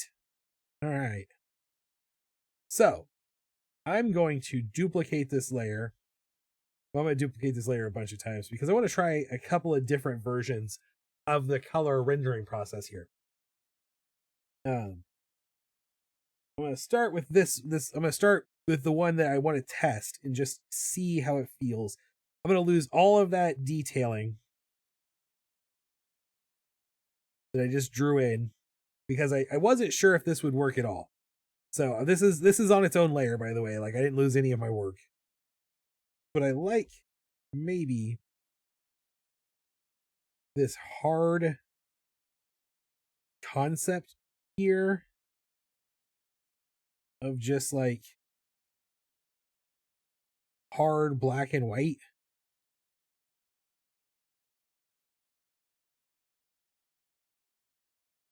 The back of this ribbon being kind of black. I don't know. I've decided already. No, I'm glad I didn't. This has a lot of potential if it had been the intention from the beginning. That could have been there could have been a lot of coolness there too.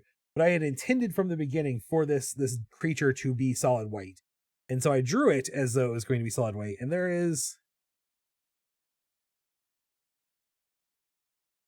some good like there's some fun to all of that. I'm gonna delete that layer. Now we can color this in. I'm gonna start by making the creature white.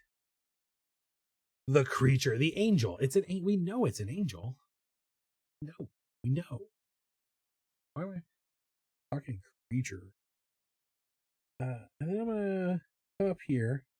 I'm gonna do it. I'm actually gonna duplicate this layer again more than normal because I want to grab a red and do this. Oops, that's not a layer of this line art that's in red, like this, like the whole thing in red. Come back to our normal color layer here and do.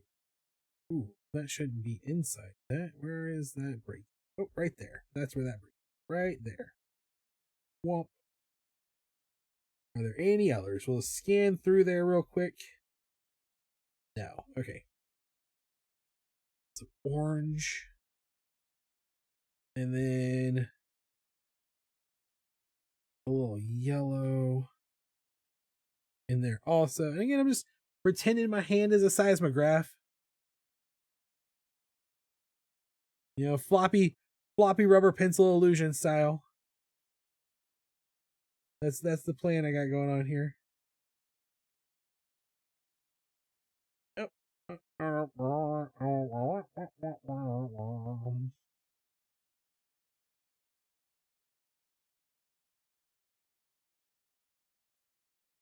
No. I don't like it. I don't like it. Unfortunately, I'm gonna try.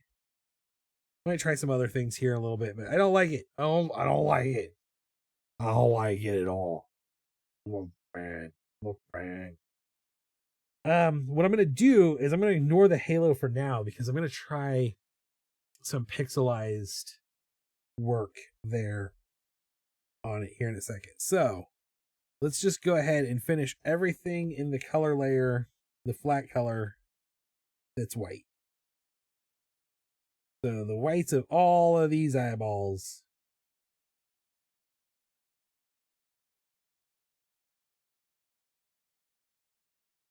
See, like if I had been thinking this eyeball here on the chin could have had some malformation there.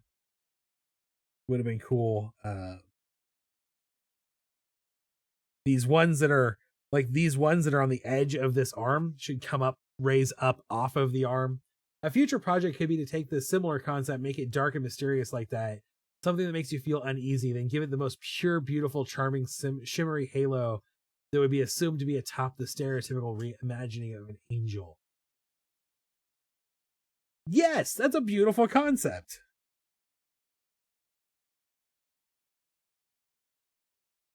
I could totally get behind that as a concept. Just like sometimes the things a piece. All right, hang on. This piece shows us that sometimes the things we think of as being our most holy and sacred ideals can actually be very dark, ugly, and dangerous. Yeah.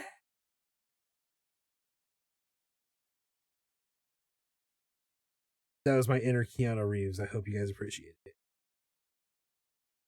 But like my inner Keanu Reeves also is a little bit of an art douche. I love art metaphors. I'm not making fun of art metaphors. I'm just like the way people explain them sometimes, maybe.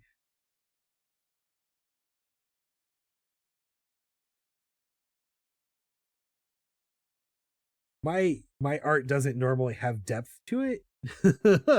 Like I draw dumb little doodles and I'm happy in my dumb little doodle world. Somewhat. I should admit that's not entirely true. I'm mostly happy in my dumb little doodle world. But there are definitely times when I go, I should be doing something more meaningful with my life. And then I have to shut the jerk brain up and remind myself that dumb little doodles are meaningful enough in and of themselves. Spread the joy. Spread the joy. Now, what I have had to be like tell my something I have been working on and have become okay with and admitted to myself is there is still very much an aspect of like I miss being a little bit of a teacher sometimes. So like that's a piece of a thing that I need to oops. I thought I had grabbed the yellow. There we go. Bring back into my life. You're the reason in my life. You're the inspiration.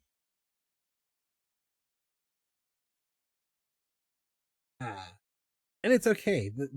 One of the things I've had to push myself to accepting is that it's okay also for like me to pursue a couple of different things. Like, not everything I do has to be related to this one box. And I know that makes my life a little bit more difficult for myself because the world doesn't like that in algorithm land. But algorithm land can eat my butt with a spoon, you know? Me and the algorithm are gonna go rounds someday. I want a yellow. I want an ugly yellow green. There we go. It shows how easily we use our human brains to shape these figures as if they are a similar bipedal imagining rather than beyond our ability to conceptualize. Also in Keanu Reeves' voice. Oh. It shows how we use our human brains to shape these figures as if they are similar bipedal imaginings rather than beyond our ability to conceptualize. Yeah, Rufus. Keanu Reeves, we love you. Please don't be mad at me.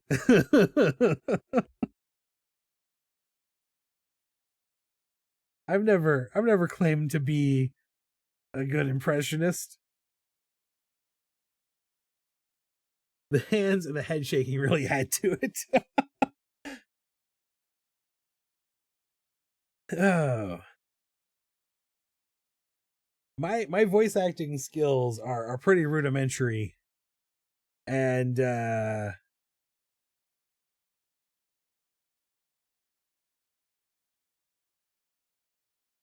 I'm okay with like the range I have. I'm okay with the range I have. I'm not a professional voice actor. It was a thing. I would end it by saying, "Whoa." Okay. It shows how easily we use our human brains to shape these figures as if they are similar bipedal imagining rather than beyond our ability to conceptualize. Whoa, Rufus. I know Kung Fu. Take that. Um, I saw a thing where Keanu Reeves said that he might not be able to do many more John Wick movies because as much as his spirit would love to keep doing them, as much as he would love to keep making John Wick movies, he's getting old and he's not sure his knees can hold up to the strain anymore. And I'm pretty sure mine can't either, but if you want to pay me Keanu Reeves money, I'll tough it out.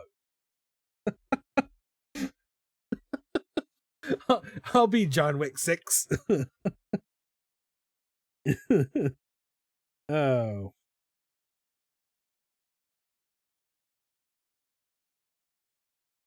There was a time. There was a time in my life when I would have loved to become a voice actor. Those two blues are too close to each other, too similar colored. We're going to put a different blue there. Um, these are all semi-rainbow-ish in how the gradient of these eyes moves around the circle. but mostly because that was the easiest way for me to make it work. Is just like by rotating slightly around the color wheel here.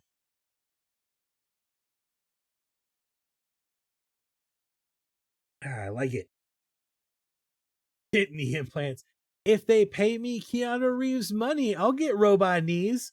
If you want to give me robot knees for free, if anybody's like, "Hey, we're testing robot knees," I will take robot knees. I'll just do it now. Especially my right knee, the one that got ripped in half by doing the coach crush. I would happily accept robot knees. Let's go gold on this spear. We'll be basic bitches like that and just make it a gold spear. And then I'm thinking just a red on the strips of fabric that make up the wings.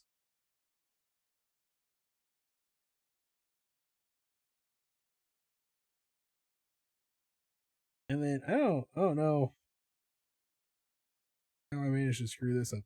You know what I didn't do either? I didn't add any kind of dynamic line depth here. This is very flat feeling because I did not add any line width changes at all whatsoever to any of this art.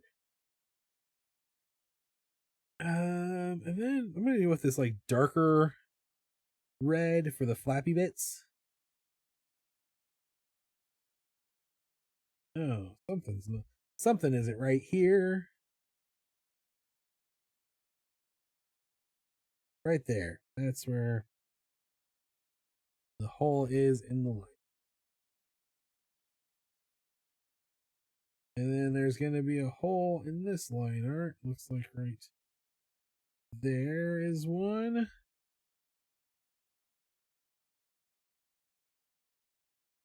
Yeah.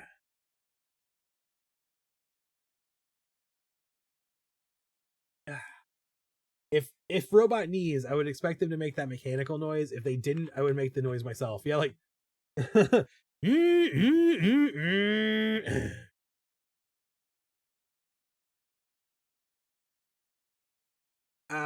there's a Jonathan Colton song called "The Future Soon." It's gonna be the future soon, and it won't always be this way. In that song, there is a line that he has where he talks about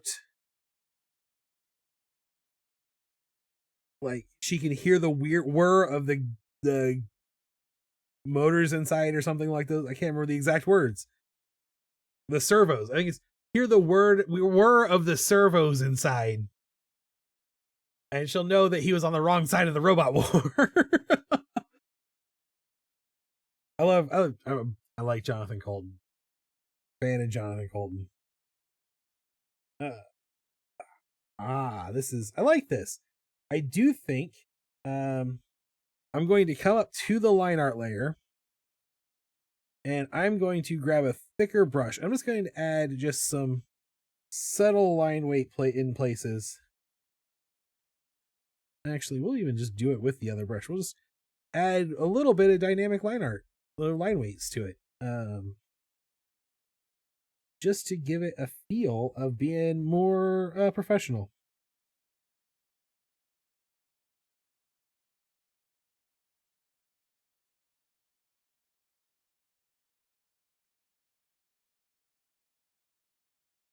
I just want to kind of give it this depth. I want to add some depth to that's the term.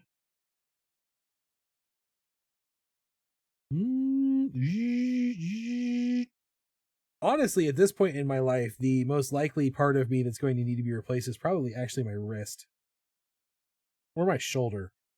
My shoulder gets pretty gunked up, crunchy when I spend all day drawing. especially if I forget to dehunch.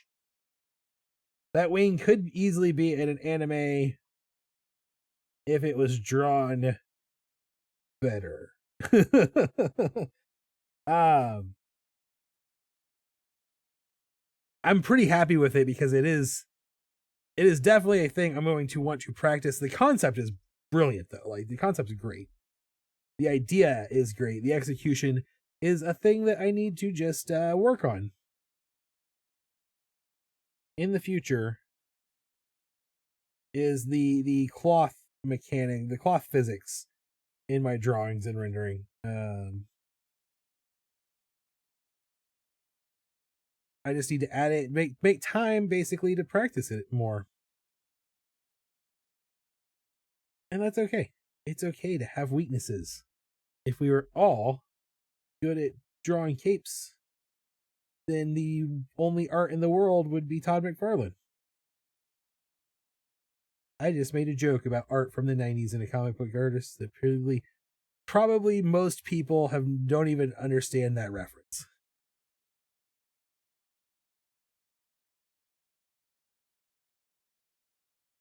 But Todd McFarlane's really good at drawing capes, y'all. That's the important part.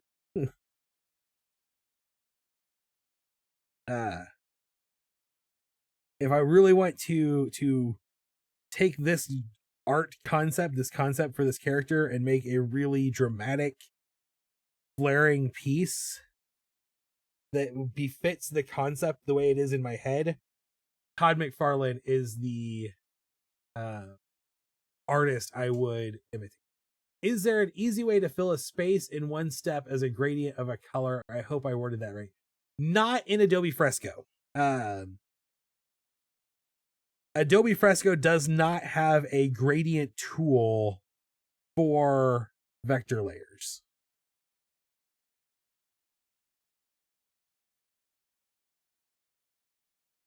So with the tool, with the program I am using right now, there's not an easy way to do a vector in one step. Fresco is actually intended mostly to be a painting tool. It's like its really big power comes from what they call live brushes that imitate oil paint and watercolor brushes, like paints realistically in a digital environment. And obviously you could definitely do gradients with both of those very easily. And it just sounded like it could be potentially cool for the body of this angel. Yes, that's kind of what that's kind of the direction I was going. Is like, if someone wanted to do this exact same image but rendered in a very painted style, I think it would do the concept more justice than my cartoonish illustrator style. Like, I think this would be like, you could do a painter style of this and really create something very dramatic and amazing.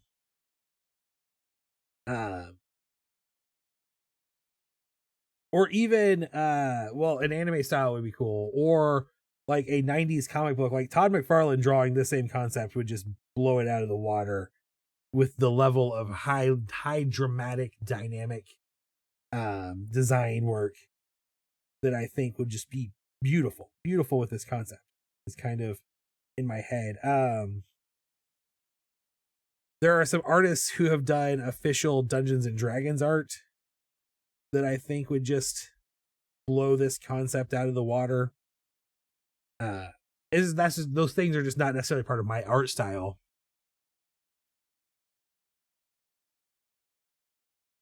But they're things that so talk about when I was saying that I try to show you guys a lot of I try to share a lot of my art because I don't believe in necessarily, like, I think it's important to hide ugly art. The stuff that I don't always show is generally the stuff where I am practicing way outside my style with like paintings and stuff like that. That being said, one of my favorite pieces I did all year this year was the zombie sunset painting that was done with the live oil paint brushes in Adobe Fresco. So maybe we'll try experimenting with some stuff.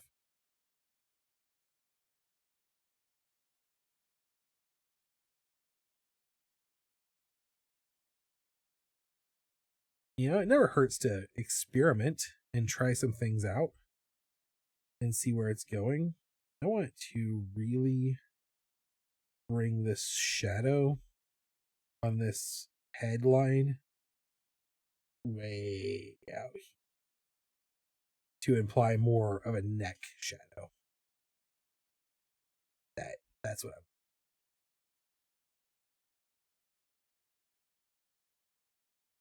I'm. But yeah, definitely think that if someone had more realistic in that, like this is my art is very stylized, but I can see the same image with more realism in it, in the anatomy, mixed with the like,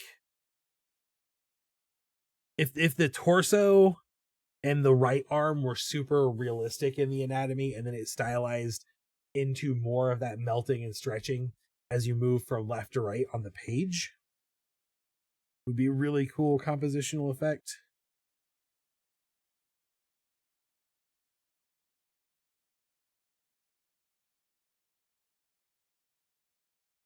Yeah. And then we come in here and we can literally bring these lines around. So really what I'm doing right now is I'm just adding some super dark, high contrast shadows with the dynamic, like with the line weight is really what I'm working on. Some seriously implied like edges and depth. Just that kind of stuff. That's what I'm trying to do. That's what I've been. Like I said, I kind of fell in love with that dynamic line art when I was doing the Matt Grinch. And ever since then, I've been trying to do some master studies, looking really at some of the illustrators I love and the line art they do, and how they use it to do things like imply super dark shadow without, like, even on a cell shaded piece, like they have extra dark shadows from the way their line art is done. Of course, Frank Frazetta is a master of all of it. You can't, like, if you're ever going, who should I study as a master of line art? Frank Frazetta is your guy. He did. If people don't usually know who Frank Frazetta is just based off his name, unless they're a very specific type of geek. But all of the like 70s and 80s fantasy, that like Conan the Barbarian style fantasy art, that's all Frank Frazetta. And he did a lot of black and white ink drawings for early role-playing games that just like, it's all just line art. It's so beautiful. Along those thoughts, when you get that inevitable following, that could be a cool regularly done challenge to followers. You draw on the lives like this and they can do their vision and style, recreate it, and post it socials and Discord. Absolutely. I would love to see that. That's actually a big part of the art community in general on a lot of social media platforms, is to draw this in your style. And I know a lot of the other big, like a lot of big, I almost said the other big art streamers, like I'm a big art streamer. A lot of the big art streamers do exactly that. Like they have a place in their Discord where you can do the same prompt or the same challenge that they did and show off your version. And so I will say this just right now. Anybody who wants to like try their hand at one of these challenges or prompts, and just tag me in it, just share it, put it up in the Discord, or if you share it on Instagram, just tag me. I would love to see it. I would love to see that. It's why I have the gallery as open on the Discord so that everyone can post their work, because I want to encourage everyone to create and participate and show me how to do it right. I'm a little doodler who doodles little cartoon dudes. Some of you out there are real artists. I mean, real art. I am not downplaying myself as an artist, or anyone else for that matter. There are some people who I interact with on a regular basis on social media who might watch this stream or VOD and are like super talented, amazing, very experienced artists who do really beautiful, beautiful work. And I would love to see their take on some of my stupid little doodles.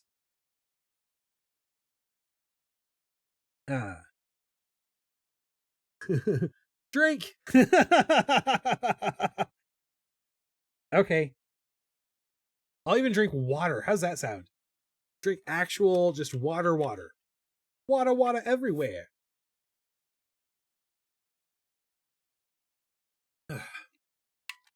I needed it anyway. My throat was getting a little dried out.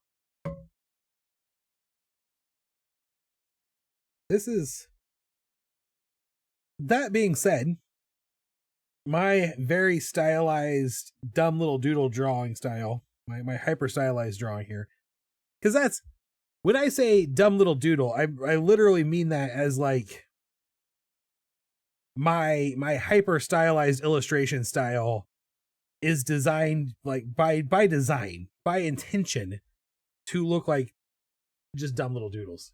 Dig it again, lol.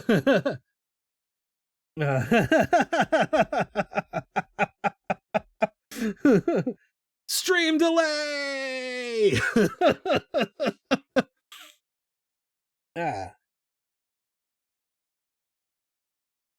Oh man, we have fun here on the Taco Viking live streams.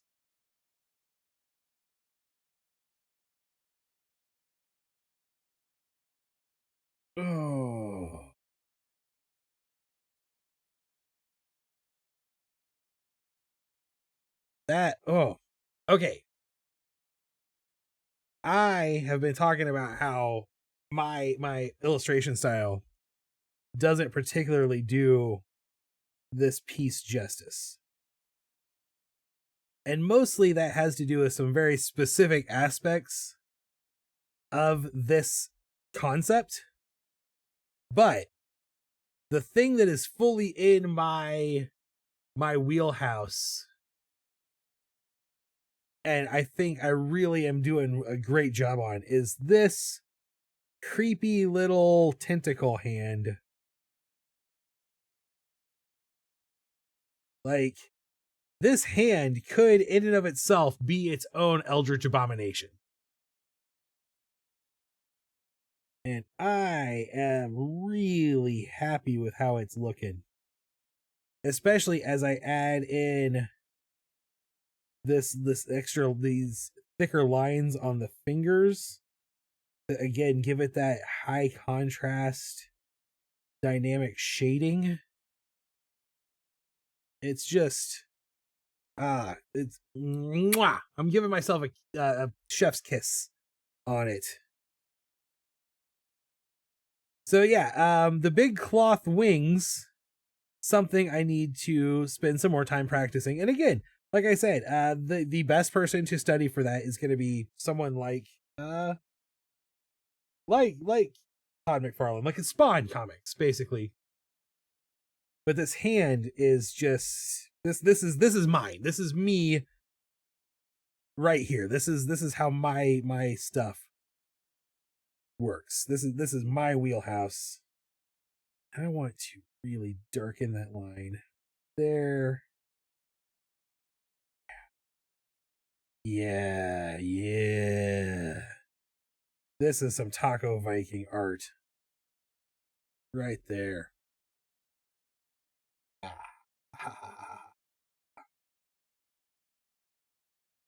I'm just gonna come in. Let's do a little bit more here. T-cut section going. there. Ooh. Good. It's the good stuff. The good stuff. Ugh. It can look like something different to everyone too. I see gnarly wood like twisty roots. Others can see it as melty or tentacles like, or the exaggerated hand of a witch or old storybook crone. Yeah, because that's what my original intention was, to draw it to look kind of melty. And I don't necessarily know that it looks super melty anymore, but I definitely, to me, this is like, I could cut this off at the wrist, like right there, and turn that into its own like weird Lovecraftian creature. I can see the gnarled wood look too. Definitely, like if you did some like, especially if it was colored, if the color matched, you know. It's a good hand. It's good. Patting myself on the back. I'm happy with it. I was gonna finish up this hand here. Yeah. Oh.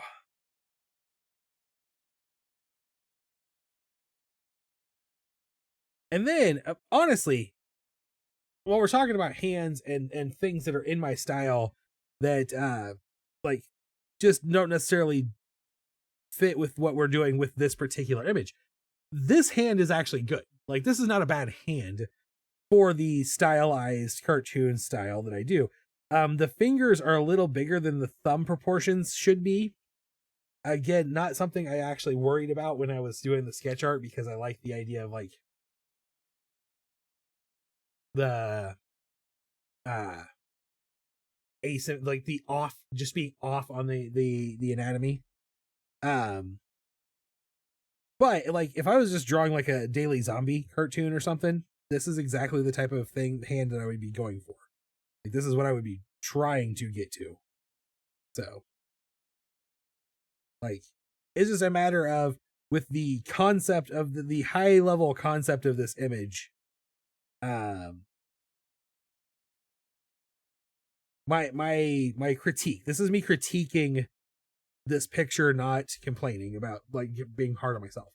This is me analyzing and critiquing. This picture is like a mixture of two different styles. I didn't quite lean into either of them as much as I could have. And I think if I had leaned into one, I gone either way and leaned into them more, either kept it completely cartoony or gone as hard as I could into a darker, grittier style, it would have given me more from the image. Like, I would have, like, it would give me more of the feel I was wanting to do. So that's a lesson. That's just a lesson learned. It's a thing. I think that's a lesson I think is going to be pretty common for me in 2025. I think the pick a thing and lean heavily into it is going to be a common refrain for me in 2020. That's why I called it driftwood earlier. Yeah, that's what I was saying, is I agree with you. It does have that look.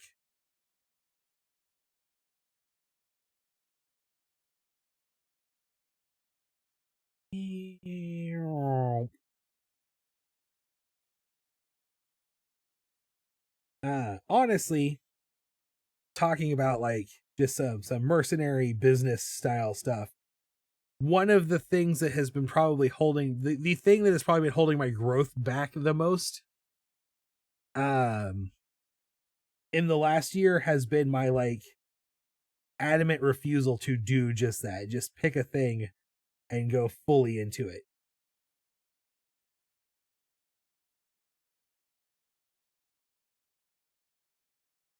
A series of this sort of theme would make a pretty cool and unique coloring book.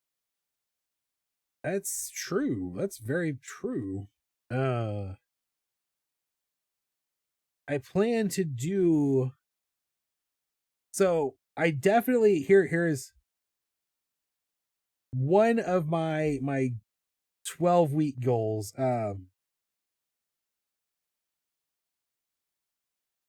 Okay. My Q1 of 2025 goal. I plan to 100% before the end of March have a coloring book published on Amazon through KDP, probably, most likely. 100% before the end of March, before April 1st, I will have a coloring book on Amazon.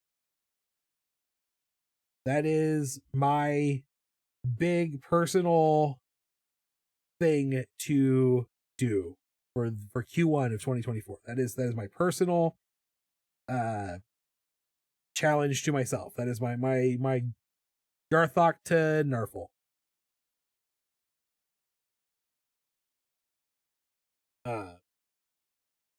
I don't know exactly what that's going, and definitely keeps with the stay weird. Hey, that's true. Oh. I don't know at this point what that coloring book is going to, the theme of it's going to be yet.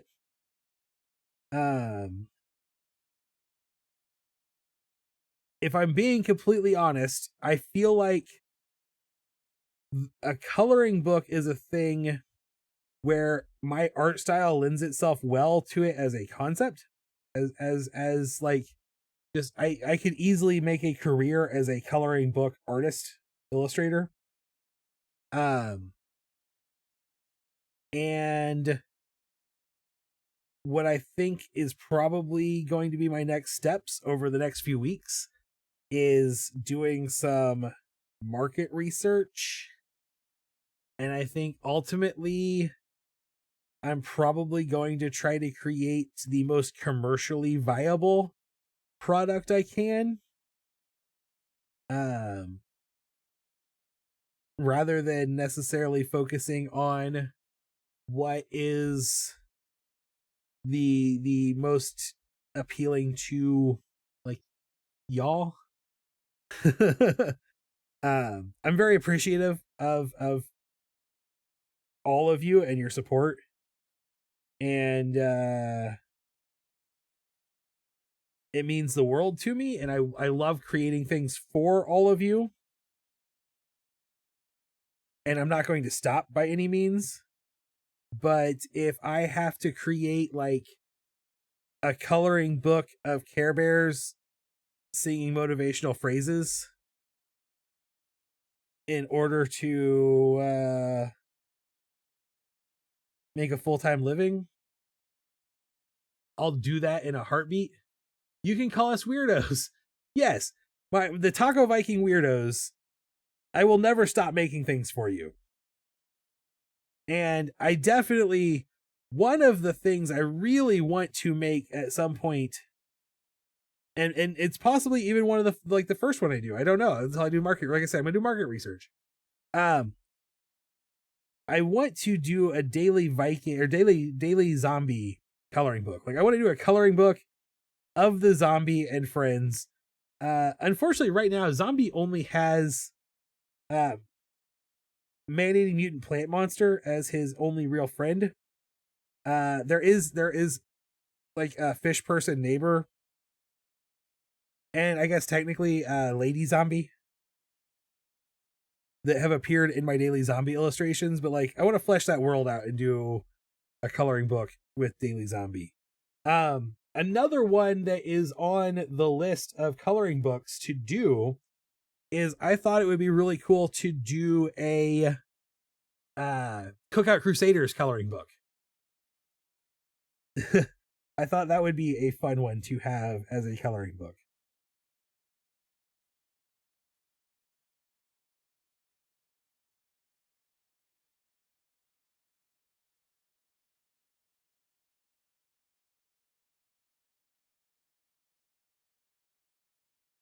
And honestly, part of the reason I have done the coloring pages I've done so far was the idea was to, like, get feedback from you guys, all of you, on what you like as far as coloring pages and stuff go. I'm probably going to send them to my sister pretty soon too, not because I intend to draw coloring books for kindergartners, but because she is a kindergarten teacher and handles a lot of coloring books. So I imagine, like, I feel like she has good commercial knowledge of coloring books. Also because she is a person who does adult coloring books. She's an adult coloring book colorer. And so far, like, the feedback I've gotten is that I need to add more things to color to the page. Like, there's not enough to color on the page. And I'm like, I guess I can get that. I can understand where that comes from. That did not. That is thicker than I need it to be. I want that line to be a bit thicker, but not that thick. I think I'm just going to G pen and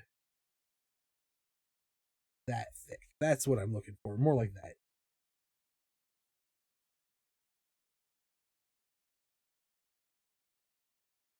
Did you ever color in the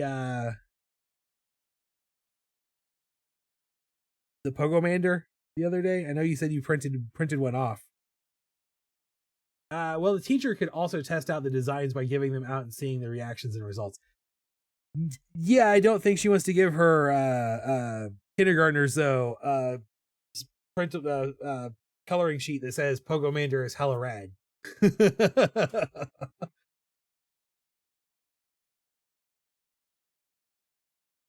Okay, and then let's see. We need a background. I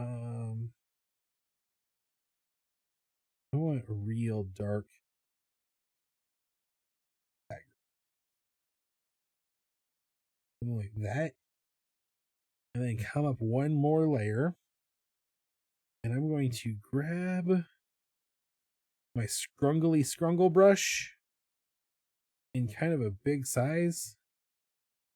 That's too big. About half that. There we go. And scrungle this along.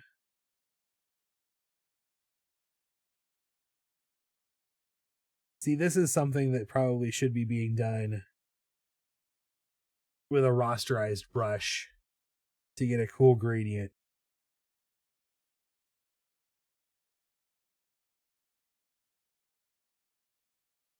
Maybe even take this art into like Affinity Photo and give that layer even a bit of a what's the word I'm looking for here?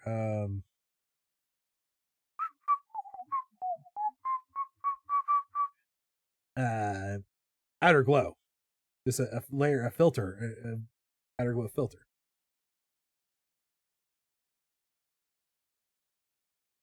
Overlay. Soft light.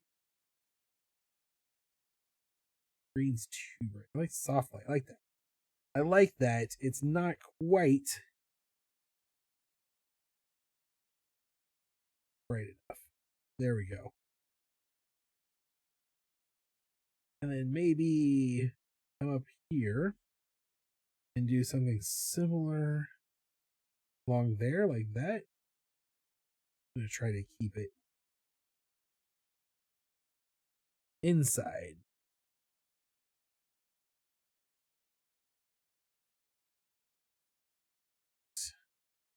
And turn this also to soft light. Yeah.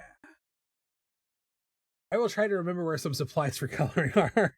No worries. I was just curious as if you had more than anything else. Like if you don't have time or can't get to it, that's fine. Don't worry about it. It's not the end of the world by any means at all. I come in here and put this like that. Yeah, there we go.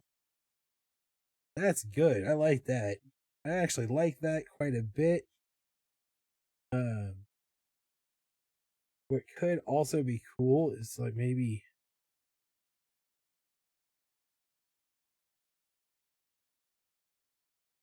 see if I can't make this a little tendrily.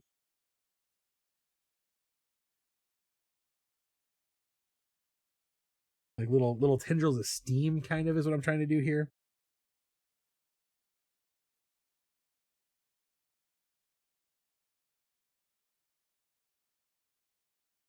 Yeah. Oh yeah. There we go. That's pretty good. Bring that rubber pencil technique back again. This image is all about the rubber pencil technique.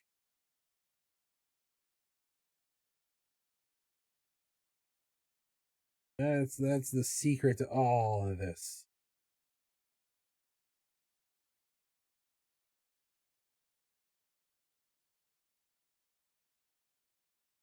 I will always have time. It's more about having the focus. I can kind of understand that too. Okay. And then this, we're going to duplicate this layer again. That's going to be our basic shading layer. We'll grab some yellow and bring it along.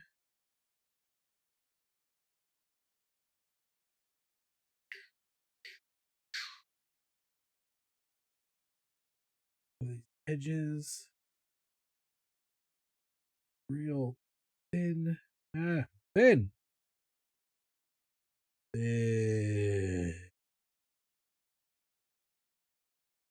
And take that to soft light. Like it's coming off of that halo. There. Then we come back down to our what would normally be our shadow. And I'm not gonna put here's what I'm gonna try to that dark brown down because at a certain he's getting cooler by the minute. Thank you. Here's what I'm gonna try to do is I'm going to do the shading.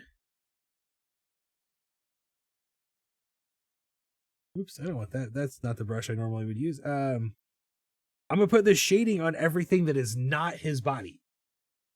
Right? Like the body itself glows, so it shouldn't have any shade.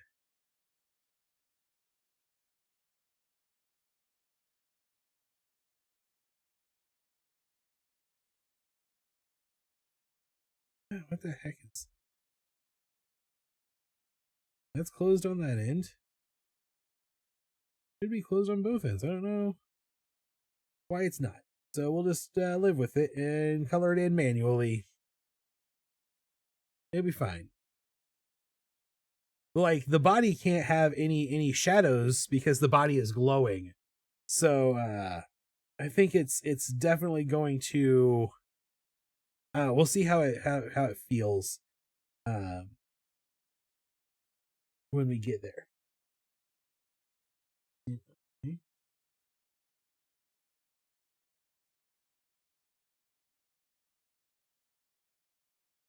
No, what's going on there?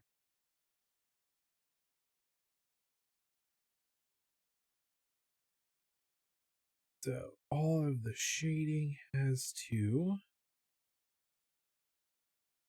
fall into a certain zone because the light source is the halo and the body.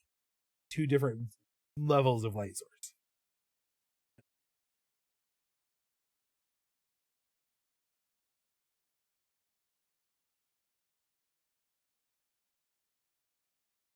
There. That can be shaded. Yeah. Ha ha. Oh, ha, whoa, wah, wah. I'm enjoying this again.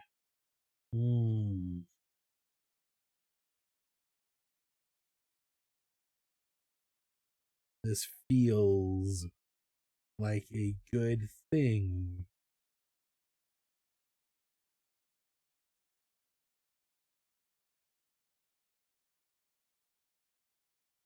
Bring that line.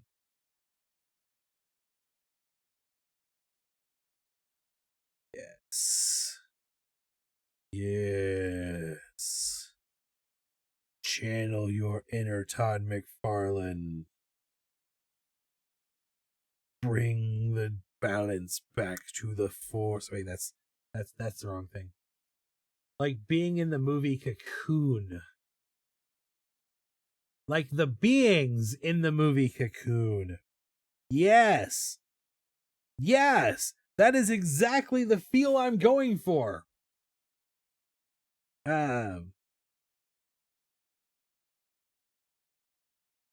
Honestly, okay, so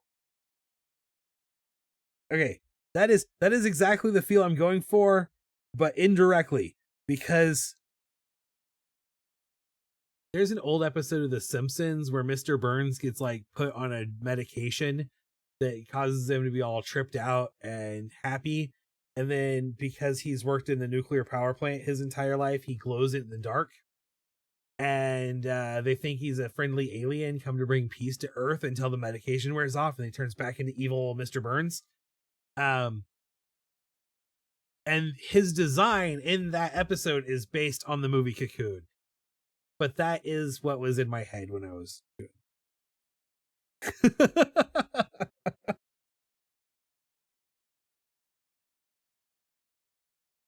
You know, so I like cartoons. And then this loop around. I'm gonna redo that because my pencil came off the screen again. Womp.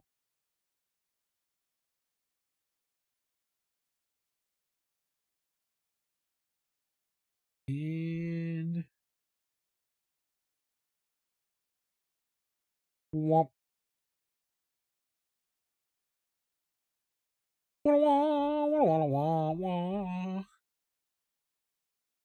Okay. I think 2.5 hours later, this is pretty done. I think this is I'm calling this. I'm gonna turn the grid off so we can see it without. Oh yeah, look at that without that grid. Look at that without the grid lines. That is just let's zoom in and look at some of these pieces here. Just beautiful. I am actually very, very happy with how this turned out. I'm pretty good with this. I want to try one more thing here with the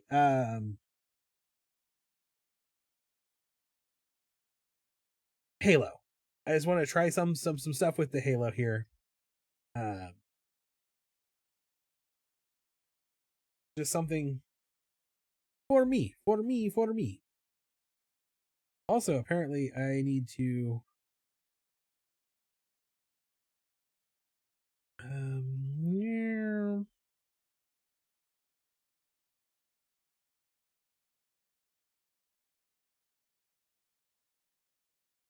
Nope, it's this corner here that is the problem.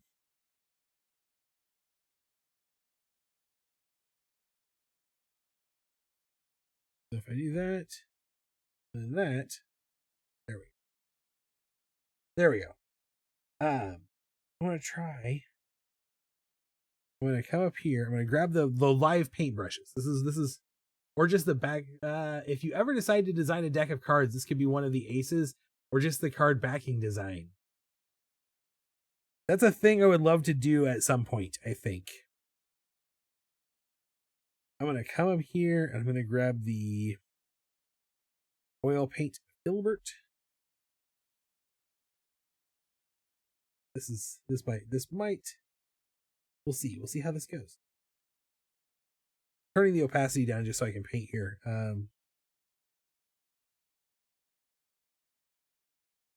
Bringing this in. Painting in a ring. Thick globby paints.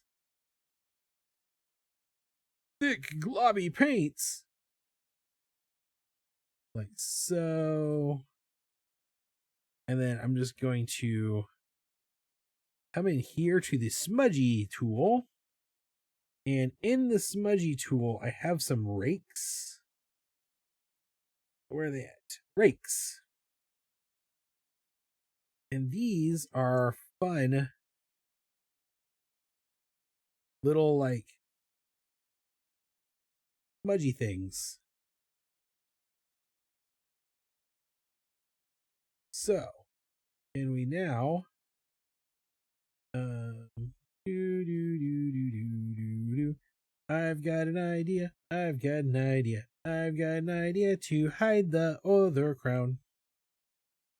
Turn you off visually for now. Come back to you. And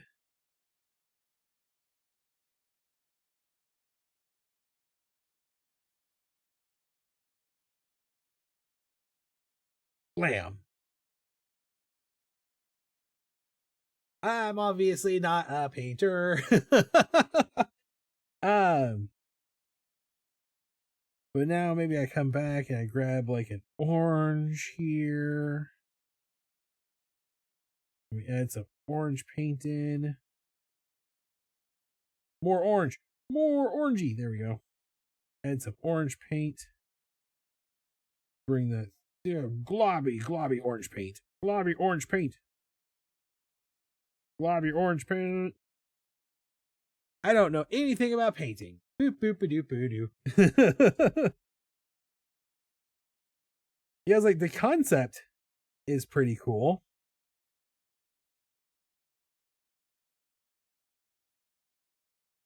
The concept is pretty cool, but it doesn't. It's not my. It's not me. It's not who I am. As the other crown is actually better in my style. I need to practice more of that. I enjoy the oil paints, the live paint brushes in fresco, and I just need to practice them more. I need to play with them more, have more fun with them, and just let myself enjoy some time. Like set aside some time every day to try just practicing painting and learning some painting rendering techniques, because it's a thing I'd like to have in my skill set.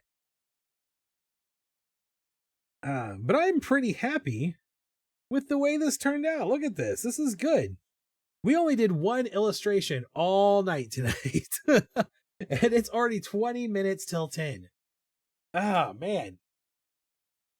But I had fun. I hope you guys had fun. I hope you enjoyed me drawing this for you.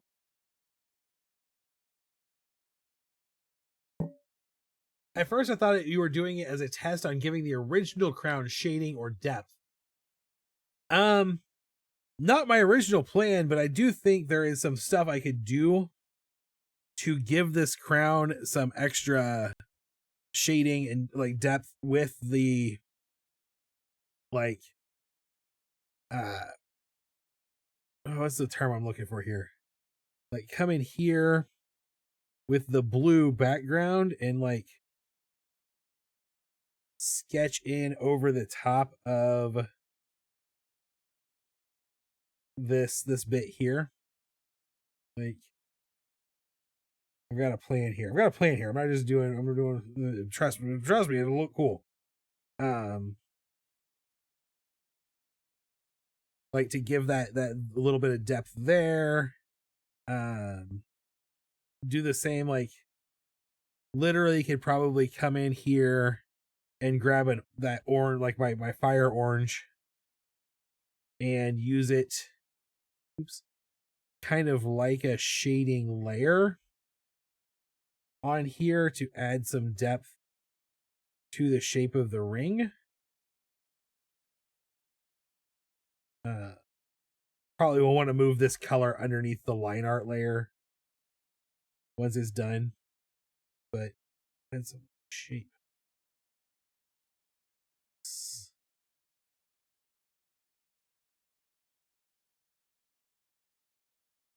Like that.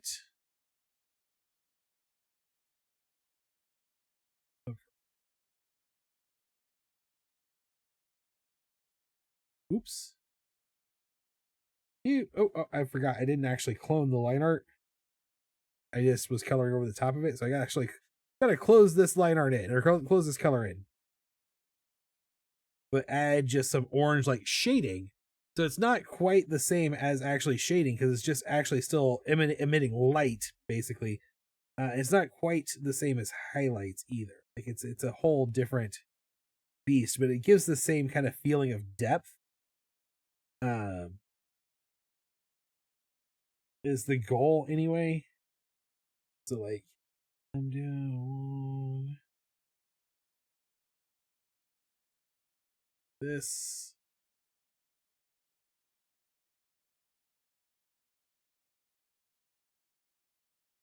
This is a piece I could probably get lost in working on for a long time. If I'm being completely honest, like I really like this. And I feel like I really could like just let myself spend 2 days, 3 days on this piece. I don't normally spend that much time on a piece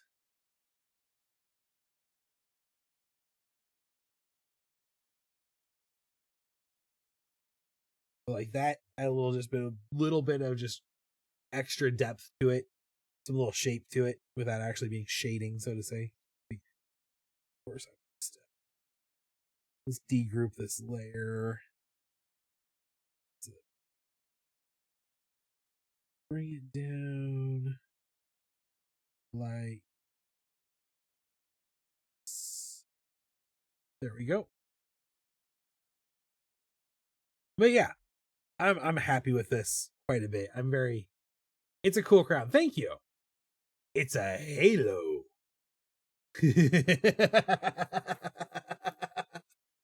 Oh, your comment probably came up in chat before I responded to it. Before you see me respond to it. Anyway, again, thank you for hanging out tonight. I will be back Monday at 7:00 p.m. Central Standard Time to draw more doodles for you.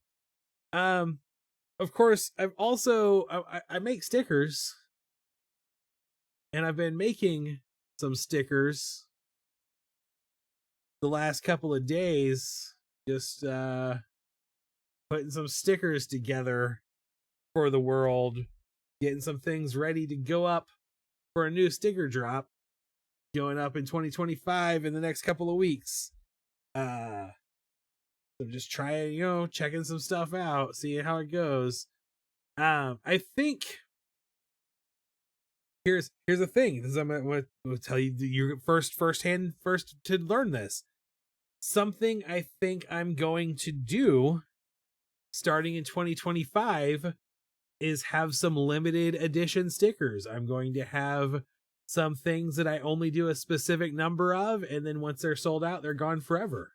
That's a thing I think I'm going to start doing. I'm going to start creating some scarcity and making Taco Viking stickers collector's items beyond just the Patreon stickers and the weekly stickers that are already collector's items. I'm going to really embrace the collector's item feel of Taco Viking Studios. Not to go into any details because there aren't any details to go into, but I'm also talking about getting some Taco Viking merch in a storefront or two, maybe. So here's hoping. I'll be back Monday night at 7 p.m. Central Standard Time to draw more doodles for you. It is my absolute favorite thing to do in the world. I appreciate each and every person out there right now watching this stream, hanging out, just enjoying the world.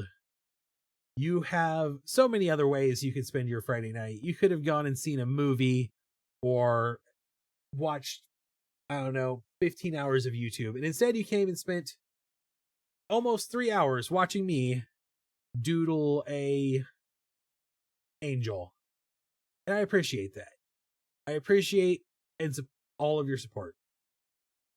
If you want other great ways to support the stream or the Taco Viking Studio, check out the patreon.com/TalkingVikingStudios.